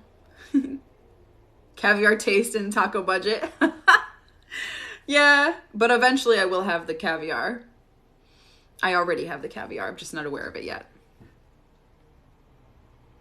I would love a copy, please. I want my young adult children to hear you. I can't explain it like you. Oh, thank you. I really appreciate that. That is a very kind thing to say, Nova Gunther. Again, if you are looking for my ebook, it's available via the link in my bio.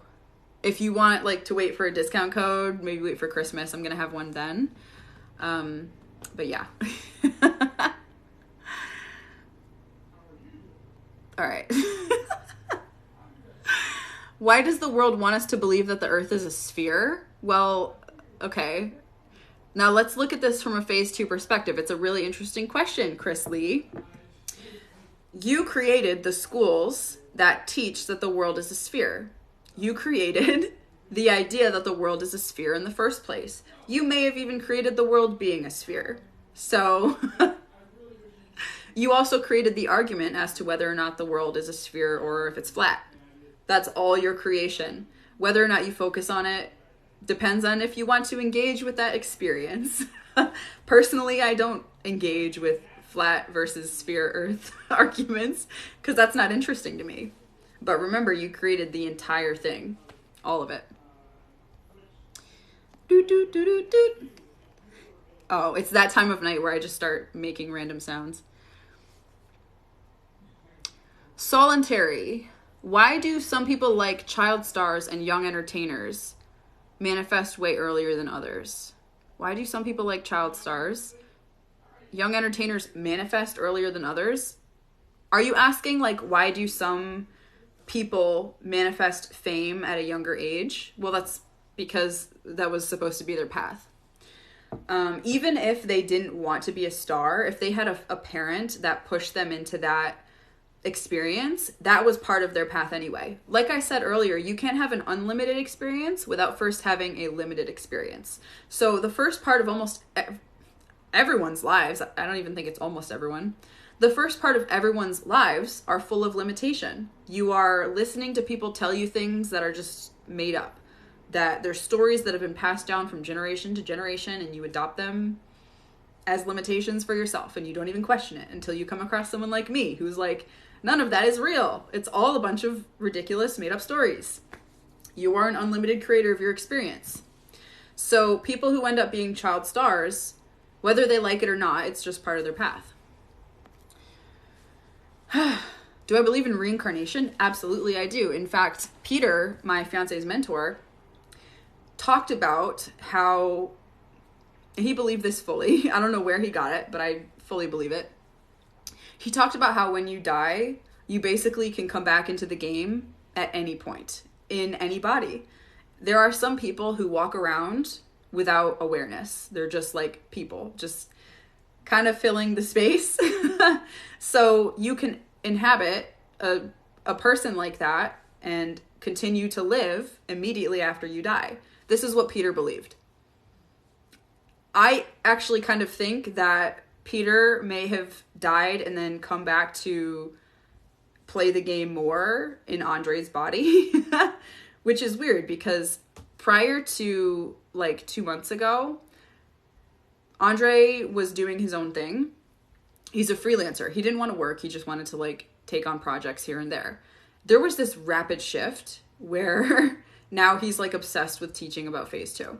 It was just a very rapid transformation. And he said himself, I think it would be kind of funny if Peter came back to life through me and wanted to continue teaching phase 2. So, yeah.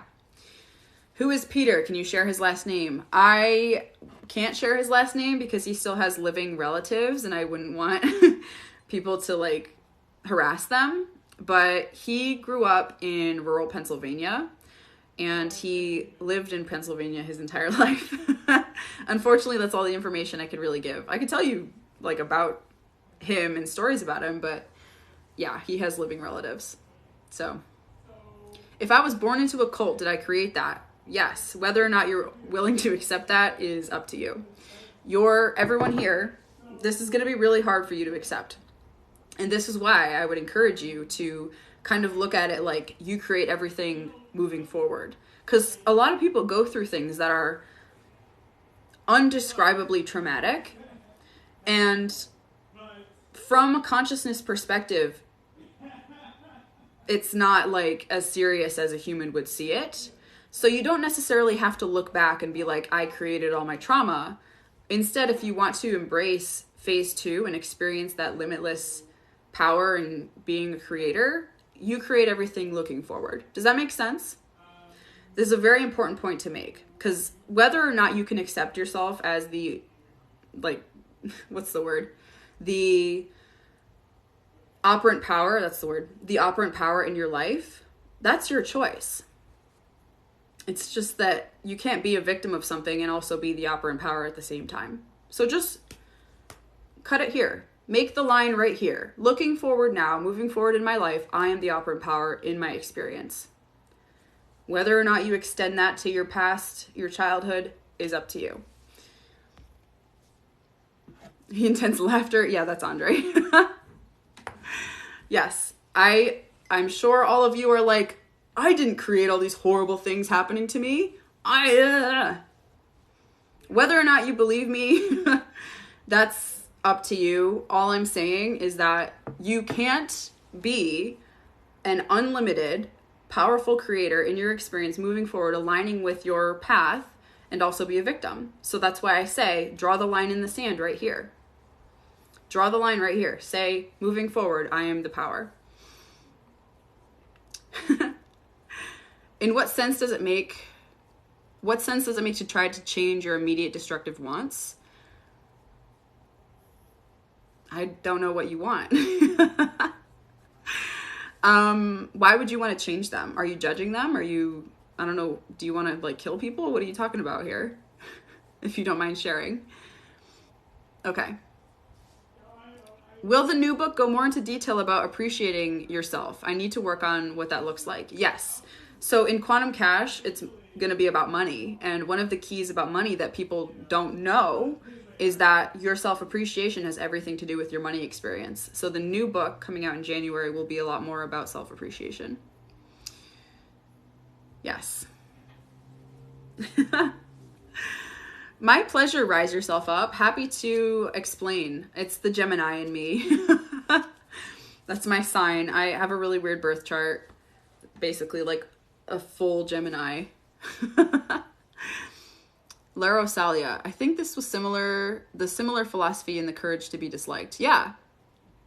Pretty much. I think I've never read that. Hey, G-Aware Nerda. Taco Bell demigod. And again, if I missed anyone's questions, I'm so sorry. I feel like I've just been like blah, blah, blah, for a long time. It's a Gemini full moon right now. Yes. Yes. Okay. Taco Bell demigod. How do I let go of a negative energetic attachment to an individual? Admit that you enjoy being attached to that individual.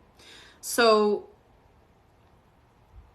I am kind of feeling like you are attached to this person because it's just, I don't know, just there, like whatever.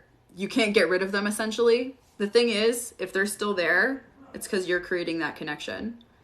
Is this a bad thing? No, you don't have to judge yourself for it. But what you can do is say, I'm willing to admit that I enjoy the feeling of being connected to this negative person, or however else you would want to word it. The key is taking your power back and admitting that you are creating this experience. I will say this over and over and over and over and over again. Because if you can admit that you created these unwanted experiences, that means you can also create the deeply wanted experiences. If you can accept that you created having no money, that means you can create having money. But if you can't accept that you created having no money, yet you want to create money, that doesn't work. That doesn't align. How are you going to be a victim of like money, but then be the one who creates your money? How? Right? Okay. I want to be rich, but I enjoy the feeling of being financially restricted. So do I really want to be rich? That's the question. Yeah. Well, you do. It's just that right now, because you're not already rich, you're not expanded enough to experience wealth. So the key, and I'll say this over and over again, the key is to embrace the fact that you're creating your current experience. You could be rich fucking overnight. You could win the lottery tomorrow. The point is, that won't happen for you until you fully accept the fact that you've had the power this whole time. You fully accept the fact that you're not rich yet because you didn't want to create wealth. Fully accept the fact that you're still living in your shitty apartment because you haven't been motivated to move into a better apartment or whatever it is. That's like today. I was out for my walk. I've had body image issues for a really long time, and I was like, I created the way I look. I'm no longer going to be a victim of my like biological processes. I am accepting responsibility for creating my body as it is right now. And it's not because of what I ate. It's not because of my exercise or lack thereof. It's because of the experience. If I were to blame the food or the exercise, that's me not taking responsibility. To take responsibility means to say, I created all of this, and all of the experiences that go along with it are just experiences. They're not the cause. In phase 2, there is no cause and effect. Cause and effect is a myth. That's a logical process. To say, I ate this food and that's why I'm fat or whatever. I ate this food and that's why I look the way I do. That's a cause and effect correlation. It's not actually true. If you want to believe it's true, that's a limiting idea, but it's not actually true. Anybody else's throat vibrating? I love that awareness. Yeah. That's why you finance a 40K truck. Hey, if you want to experience financing a truck, yes. Yes. The energy shift thing, yes. This is crazy. This information, I cannot overemphasize this. People become multi-millionaires. They live the wildest lives with this information.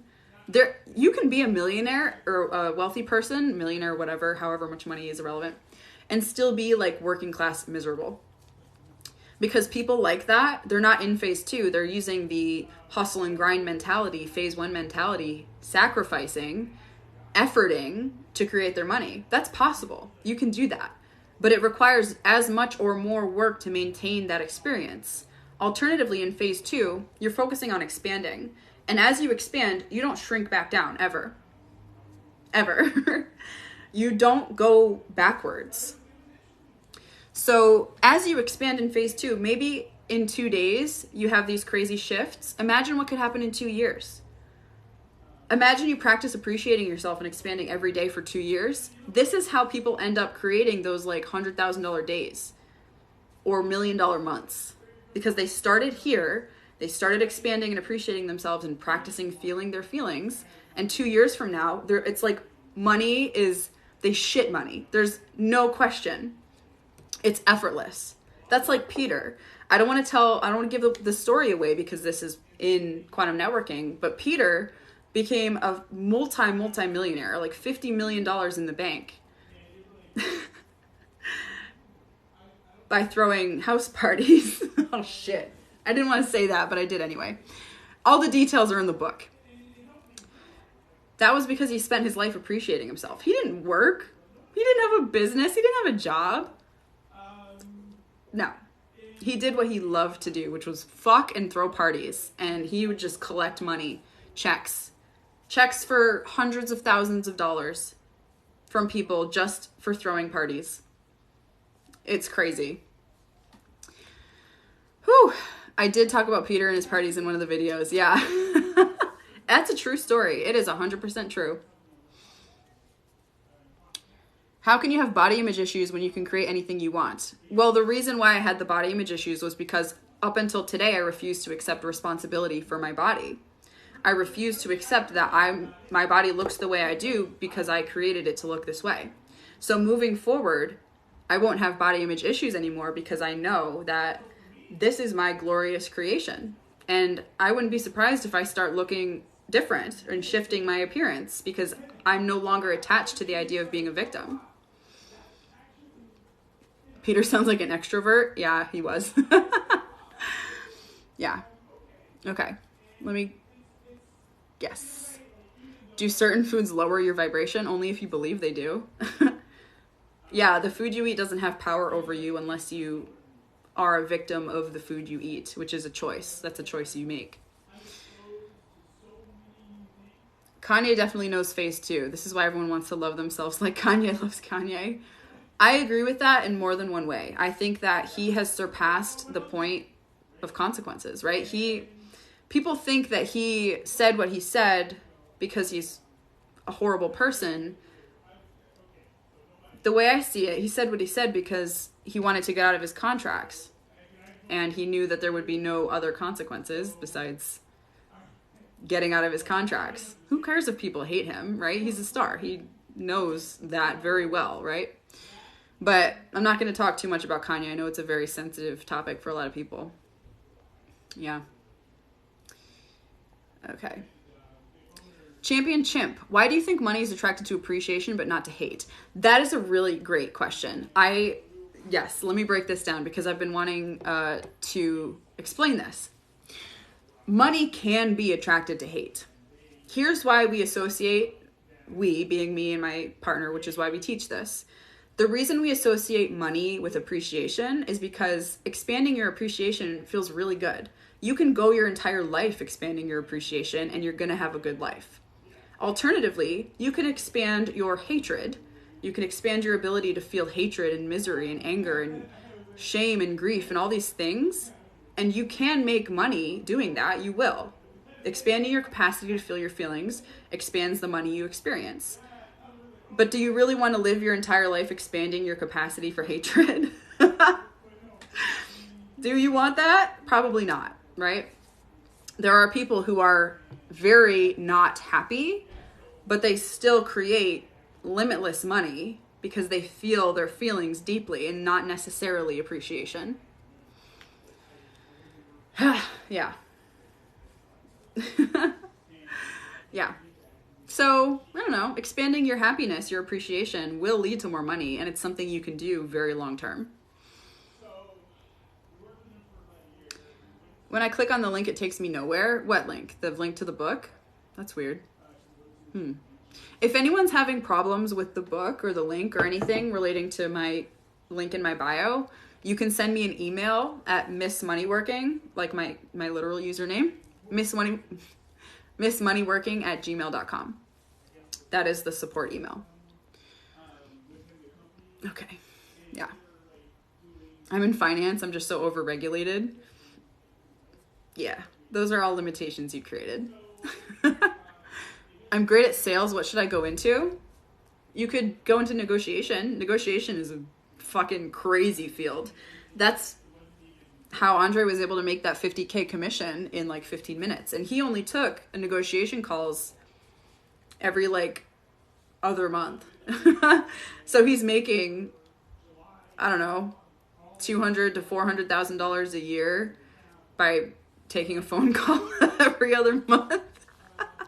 Fucking crazy. Like, you can't even imagine money, right? You all think you know money. Like, you have these ideas. Oh, okay, maybe someone could make $1,000 an hour. Maybe that's possible within your scope of things. It's literally limitless. Literally limitless. I'm pretty sure Tony Robbins charges $1 million for like a 2-hour meeting. I'm pretty sure. I think I heard that from Andre, who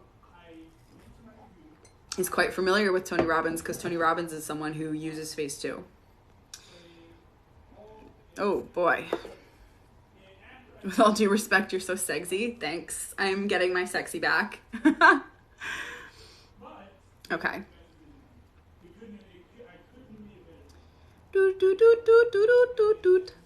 Zoe spams. What do you recommend doing as a full-time college student with part-time minimum wage job? Selling what you like on the internet.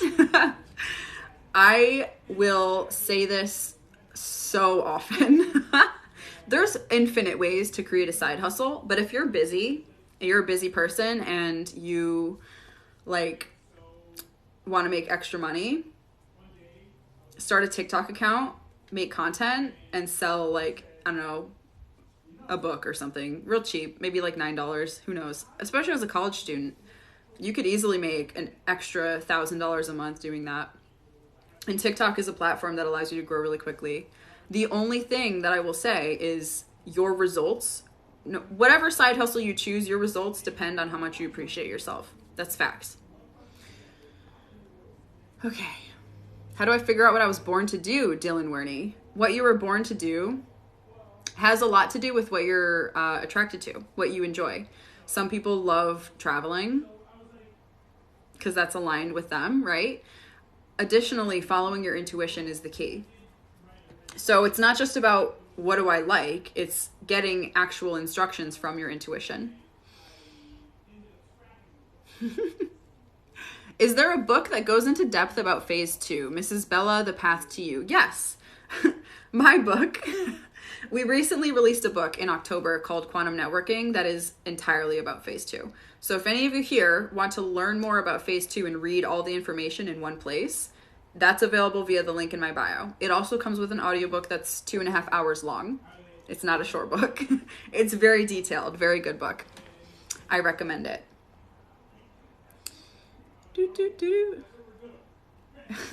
Thank you, William.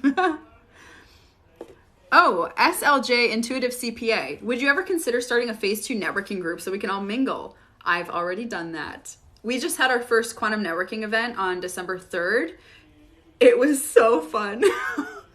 The feedback we got from that event was crazy. People were literally saying it was the best thing they'd ever done in their entire lives, which was crazy because I was like, oh, it's just an event, right? So our next Phase 2 quantum networking event is on December 30th. The tickets are available via the link in my bio.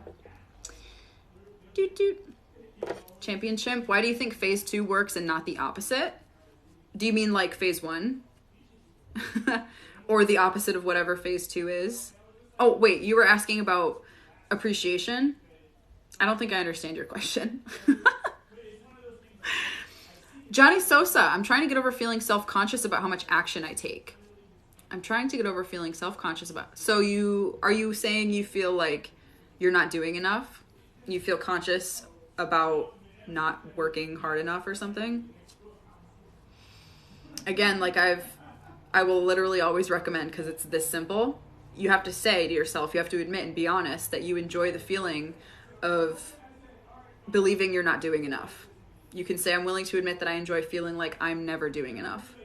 As you admit that to yourself and you take your power back, you stop engaging in that behavior. It's effortless. Yeah. My happy. My pleasure. Happy to share Intuitive CPA. A ticket is $50.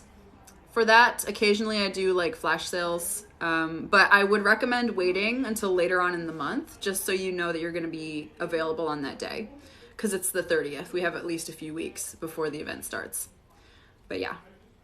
You don't have to buy the ticket now. In fact, I would definitely recommend you wait until like a couple days beforehand. What happens on the networking lives? We get everyone on Zoom.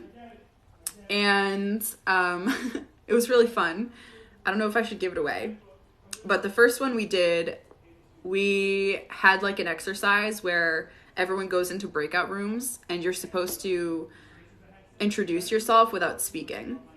So people are like showing their favorite books and putting on their favorite music and dancing or whatever. And it creates this instant connection with people because it's not about what you do for work or business or your accolades and shit. Because it's impossible to connect with people over work or business. So we make it more fun. Boop, boop, boop, boop. Thank you, Yarumi. Yarumi?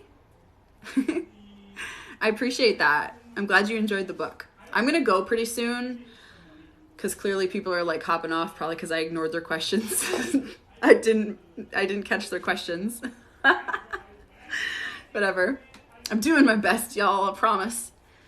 Championship, do you think all human beings at one point in time were in phase 2 and we shifted from it? Yes, that is a phenomenal observation. When you're an infant, you're in phase 2. It's funny though, because infants are limited physically. They cannot survive on their own. But mentally and emotionally, there is no limit to how much an infant can feel. So babies are in phase 1. The thing is though, if babies weren't limited physically, that wouldn't work. It would probably break the human experience, right? Because they wouldn't need their families. And their families, your families, are what contribute to you moving into phase 1. Phase 2. Did I say phase 2? Babies are in phase 2, but the fact that they're reliant on their families and society is what causes them to move into phase 1. Yeah. That's why babies are so magical. Phase 2 represent. Hey, Kip. Good to see you. Aw, thank you, Yarumi. Yes. A very smart observation. What? The fact that everyone left because I was missing their questions? Yeah. Oopsies. There was a lot of questions. I don't know. Usually it's like occasional questions and a lot of comments and just like conversation. But today it was just questions and questions and questions. I failed. Shit. Any promo codes? Not currently. You could try the code like cash. That might work. Code cash.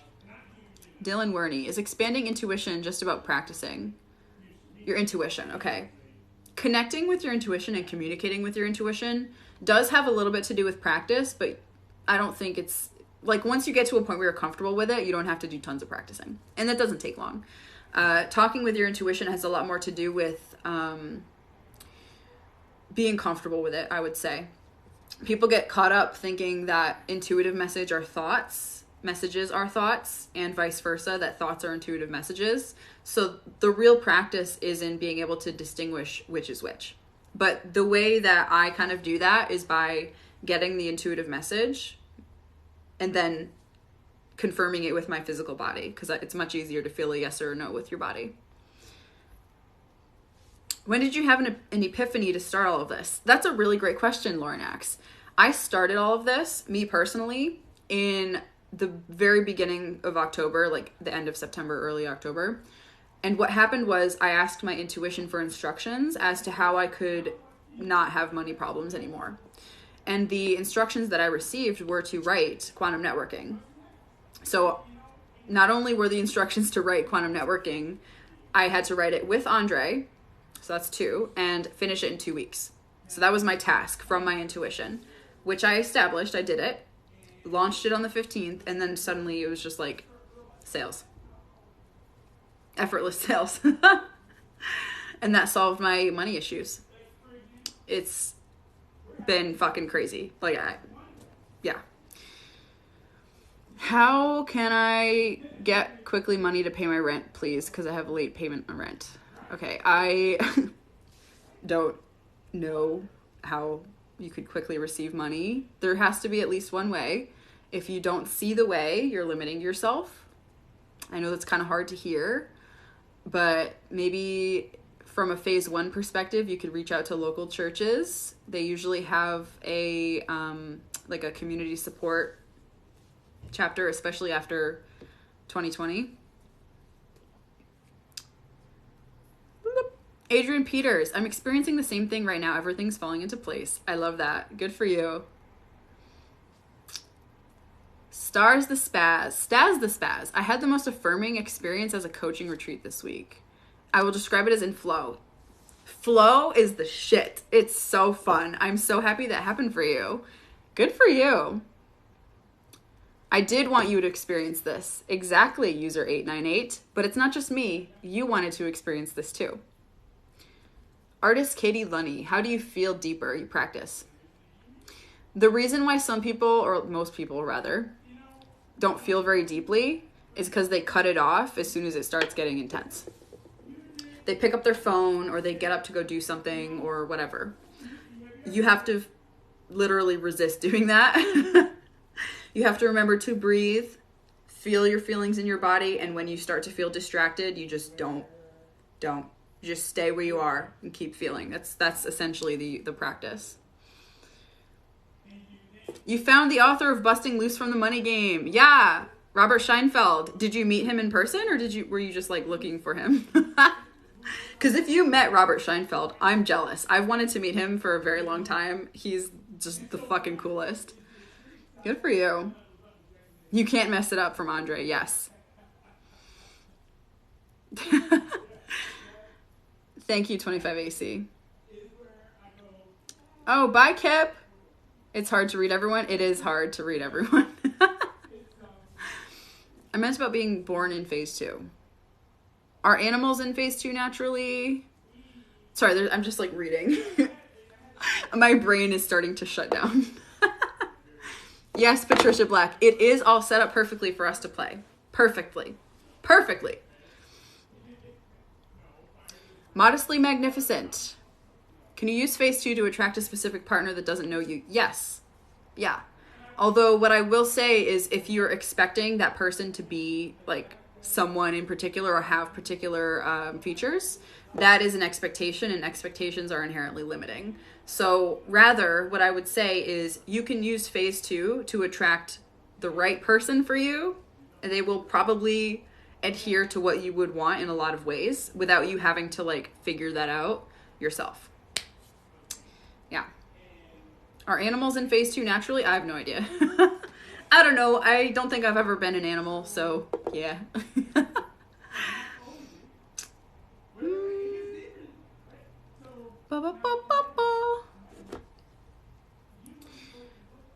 Will the book teach me how to get rid of lack mindset?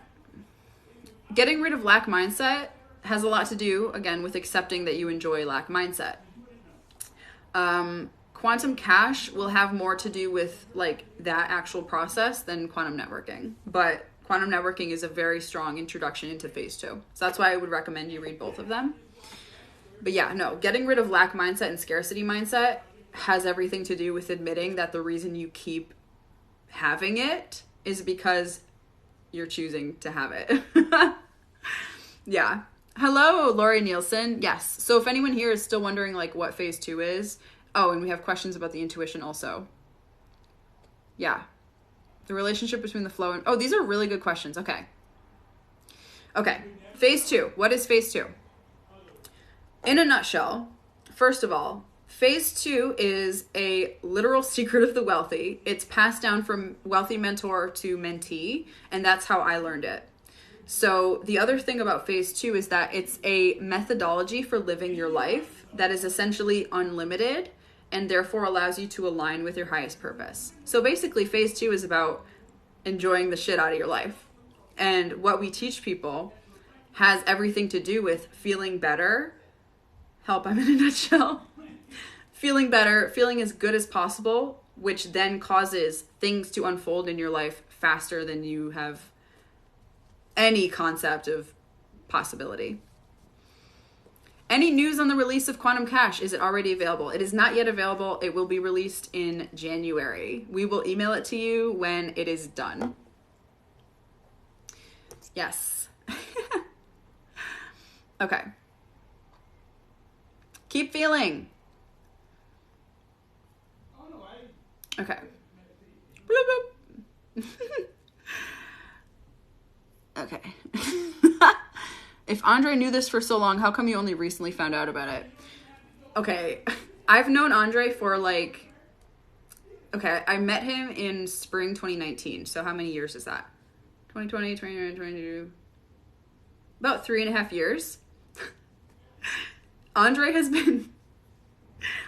been trying to teach me phase two, like literally, Sam, do this and your problems will go away. I just refused. I was like, there's no way it's that simple.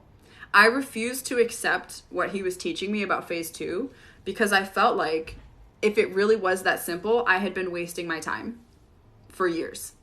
If it's really that simple, then I've been causing problems for myself for literally no reason. And it took me 3 years, almost 3 years, to be okay with that. I got to a point where I was like, I cannot live like this anymore. And the only alternative was to do something that I had never done before, which was actually take Andre's advice. And he gave me a lot of shit for it, but that's okay, because when I applied it, it fucking worked. It's really funny. I am in Arizona, Quartz Cowgirl. How to manifest money or a job? Appreciate yourself.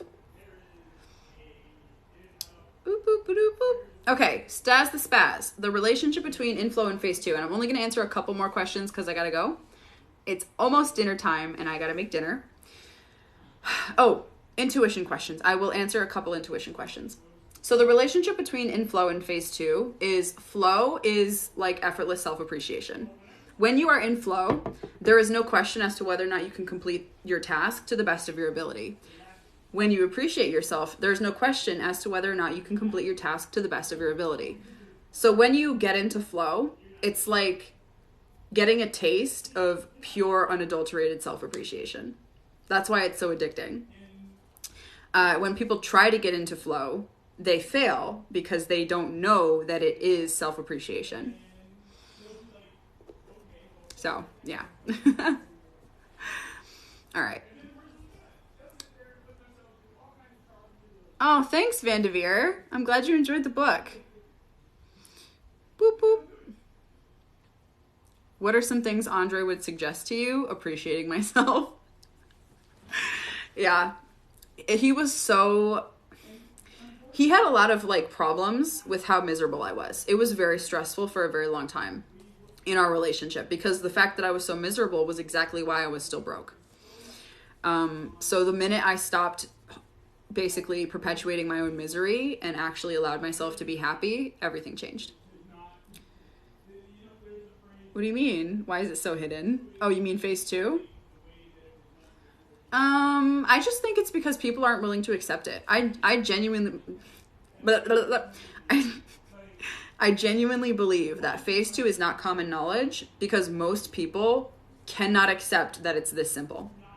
Just like me. It took me 3 years. But I think that's changing. I think people are getting to a point where they need it to be simple. And they're looking for the answers. And we have the answers. That's why I think it's my purpose and Andre's purpose to teach this. Yeah. Okay, regarding intuition, because we've had a couple questions about intuition that I'm going to answer. How do you know if the thought is my intuition or my rational mind? And also, can you explain again how you receive your intuition? Yes. So regarding knowing if, write this down, all of you, write this down.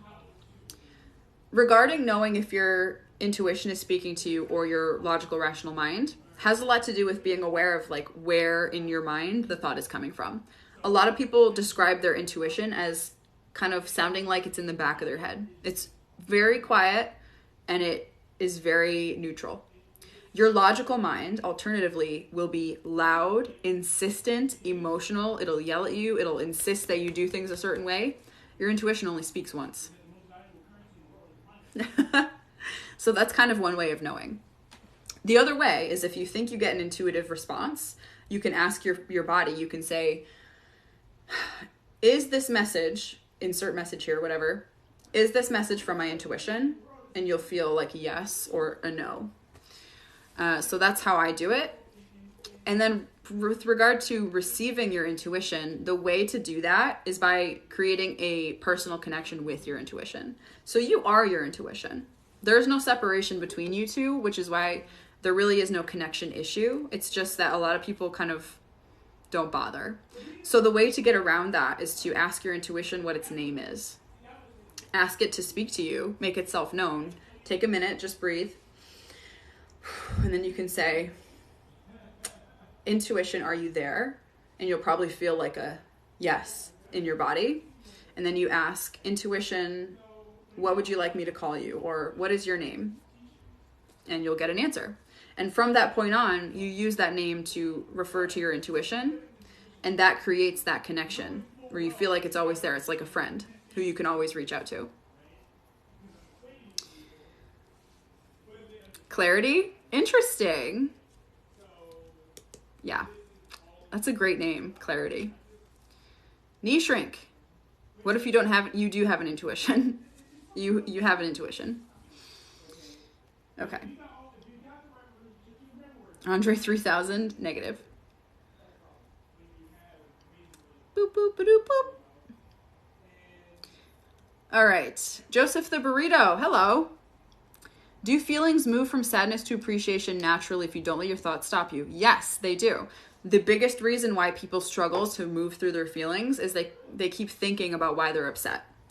It's like a broken record. If you're sitting there miserable and you're just constantly thinking about what happened that made you upset, you will literally never get over it, ever. That's why when you let go of your thoughts and you just focus on feeling in your body and you're not thinking, you move through your feelings really quickly. It's actually quite simple. And once you move through them, you create physical space for you to feel differently. And usually you can fill that space with self-appreciation or happiness or whatever else. Quartz Cowgirl, I'm panicking about money, so I said out loud how good it feels to be limited, and I'm willing to admit it. Yeah, I really felt into it and I felt better. Amen, sis. It's because you have the power to not be limited, but if you are limited, it's because you're choosing it. Your refusal to admit it, which you didn't refuse, you admitted it. And generally, your refusal to admit that you enjoy the situation you are in is why the situation never changes. The feeling of the situation, rather. Phase 3, knee shrink. Phase 3 is like technically mastery of phase 2. So you go back to phase 1 where you're like living in the world, but with all the knowledge of phase 2. And no, I did not grow up religious. Boop, boop. Is your coaching no longer available? I never really offered coaching, except unless you're talking about the sexy shadow work coaching. We do have a phase 2 mentorship community that we're opening. So if any of you want to engage in phase 2 and learn and practice and be in a group full of people who are also doing the same thing, that's going to be available very, very soon. So keep an eye out for my link in my bio. Keep an eye out. Hold on. I'm going to put it in the link in my bio, so keep an eye out for that in the near future. Mentorship. Yes, mentorship. Yeah, that's what I'm talking about. So the phase 2 mentorship is going to be available very soon. Claire. Ooh, okay. Pretty. I love that. Hi, Sarah Anwar.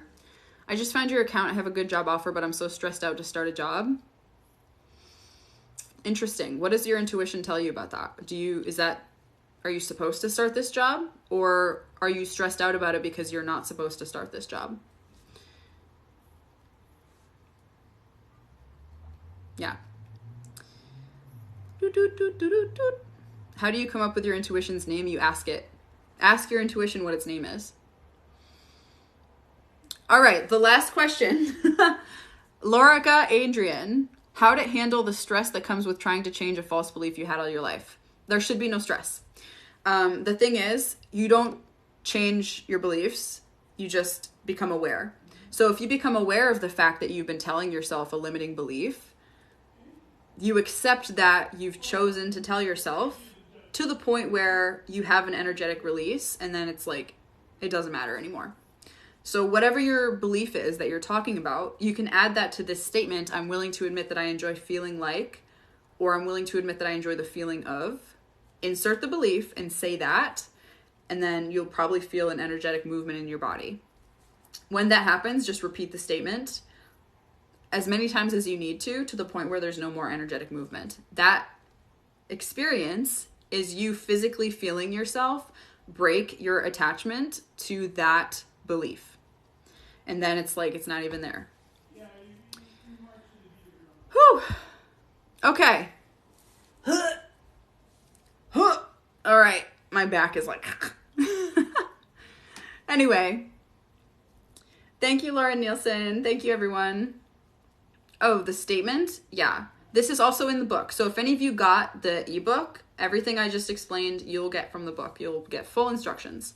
This statement is, I'm willing to admit that I enjoy the feeling of. I'm willing to admit that I enjoy the feeling of. I started doing what you said. I saw a random 20 in my account this morning. There you go. Money comes from literally anywhere. It doesn't have to have a logical source. You could wake up with 10 grand and it's like, where did this come from? Who knows? Thank you, Sammy728. I'm so glad you love the book. Oh, that makes me so freaking happy.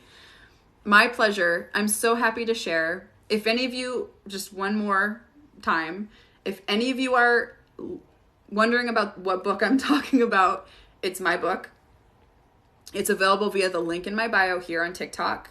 It's called Quantum Networking. You can grab that. It comes with an audiobook and everything. I'm saying I was shocked. You were shocked? Did you try the statement? Lauren Jennings, you said the statement? Yeah, it's crazy. What I just gave you is like gold. It's literally the only thing you need to do to let go of all of your limitations. The only thing. There's no like fucking reprogramming, whatever, none of that. Have I gotten random money? I don't know, because I don't look at my accounts. So if I've received random money in my account, I have no idea. But yeah. Oh yeah, oh the one with the 20, yes. Awesome. Yeah, get the ebook, check it out. I would love to hear everyone's thoughts about it. And also go follow me on Instagram. If you want to keep up with me on a more like intimate level, definitely check out my Instagram. There's the link right there in my bio. Yeah. Can I talk about the upcoming event? Yes, the next networking event, quantum networking event, is on the 30th. Tickets are available now, but I would recommend you buy your ticket a day or two before the event, just so you can be sure that you're going to be available, because there's no recording. It's a live event. It's on Zoom. So you can read about it via the link in my bio, but just wait to get your ticket. All right. Thanks, everyone. Go follow me on Instagram. Check out the ebook. And yeah, the date for the next ebook, it's in January, but we might release it in December, maybe. We don't have a solid date yet. If I did, my intuition would have given it to me to tell you, but I was told that there was no date. So you'll have to check your email, but it will be out in December or January. Thanks, everyone. I love you guys. Love you all, friends. Thanks so much for hanging out, and I will see you next time, all right? Bye!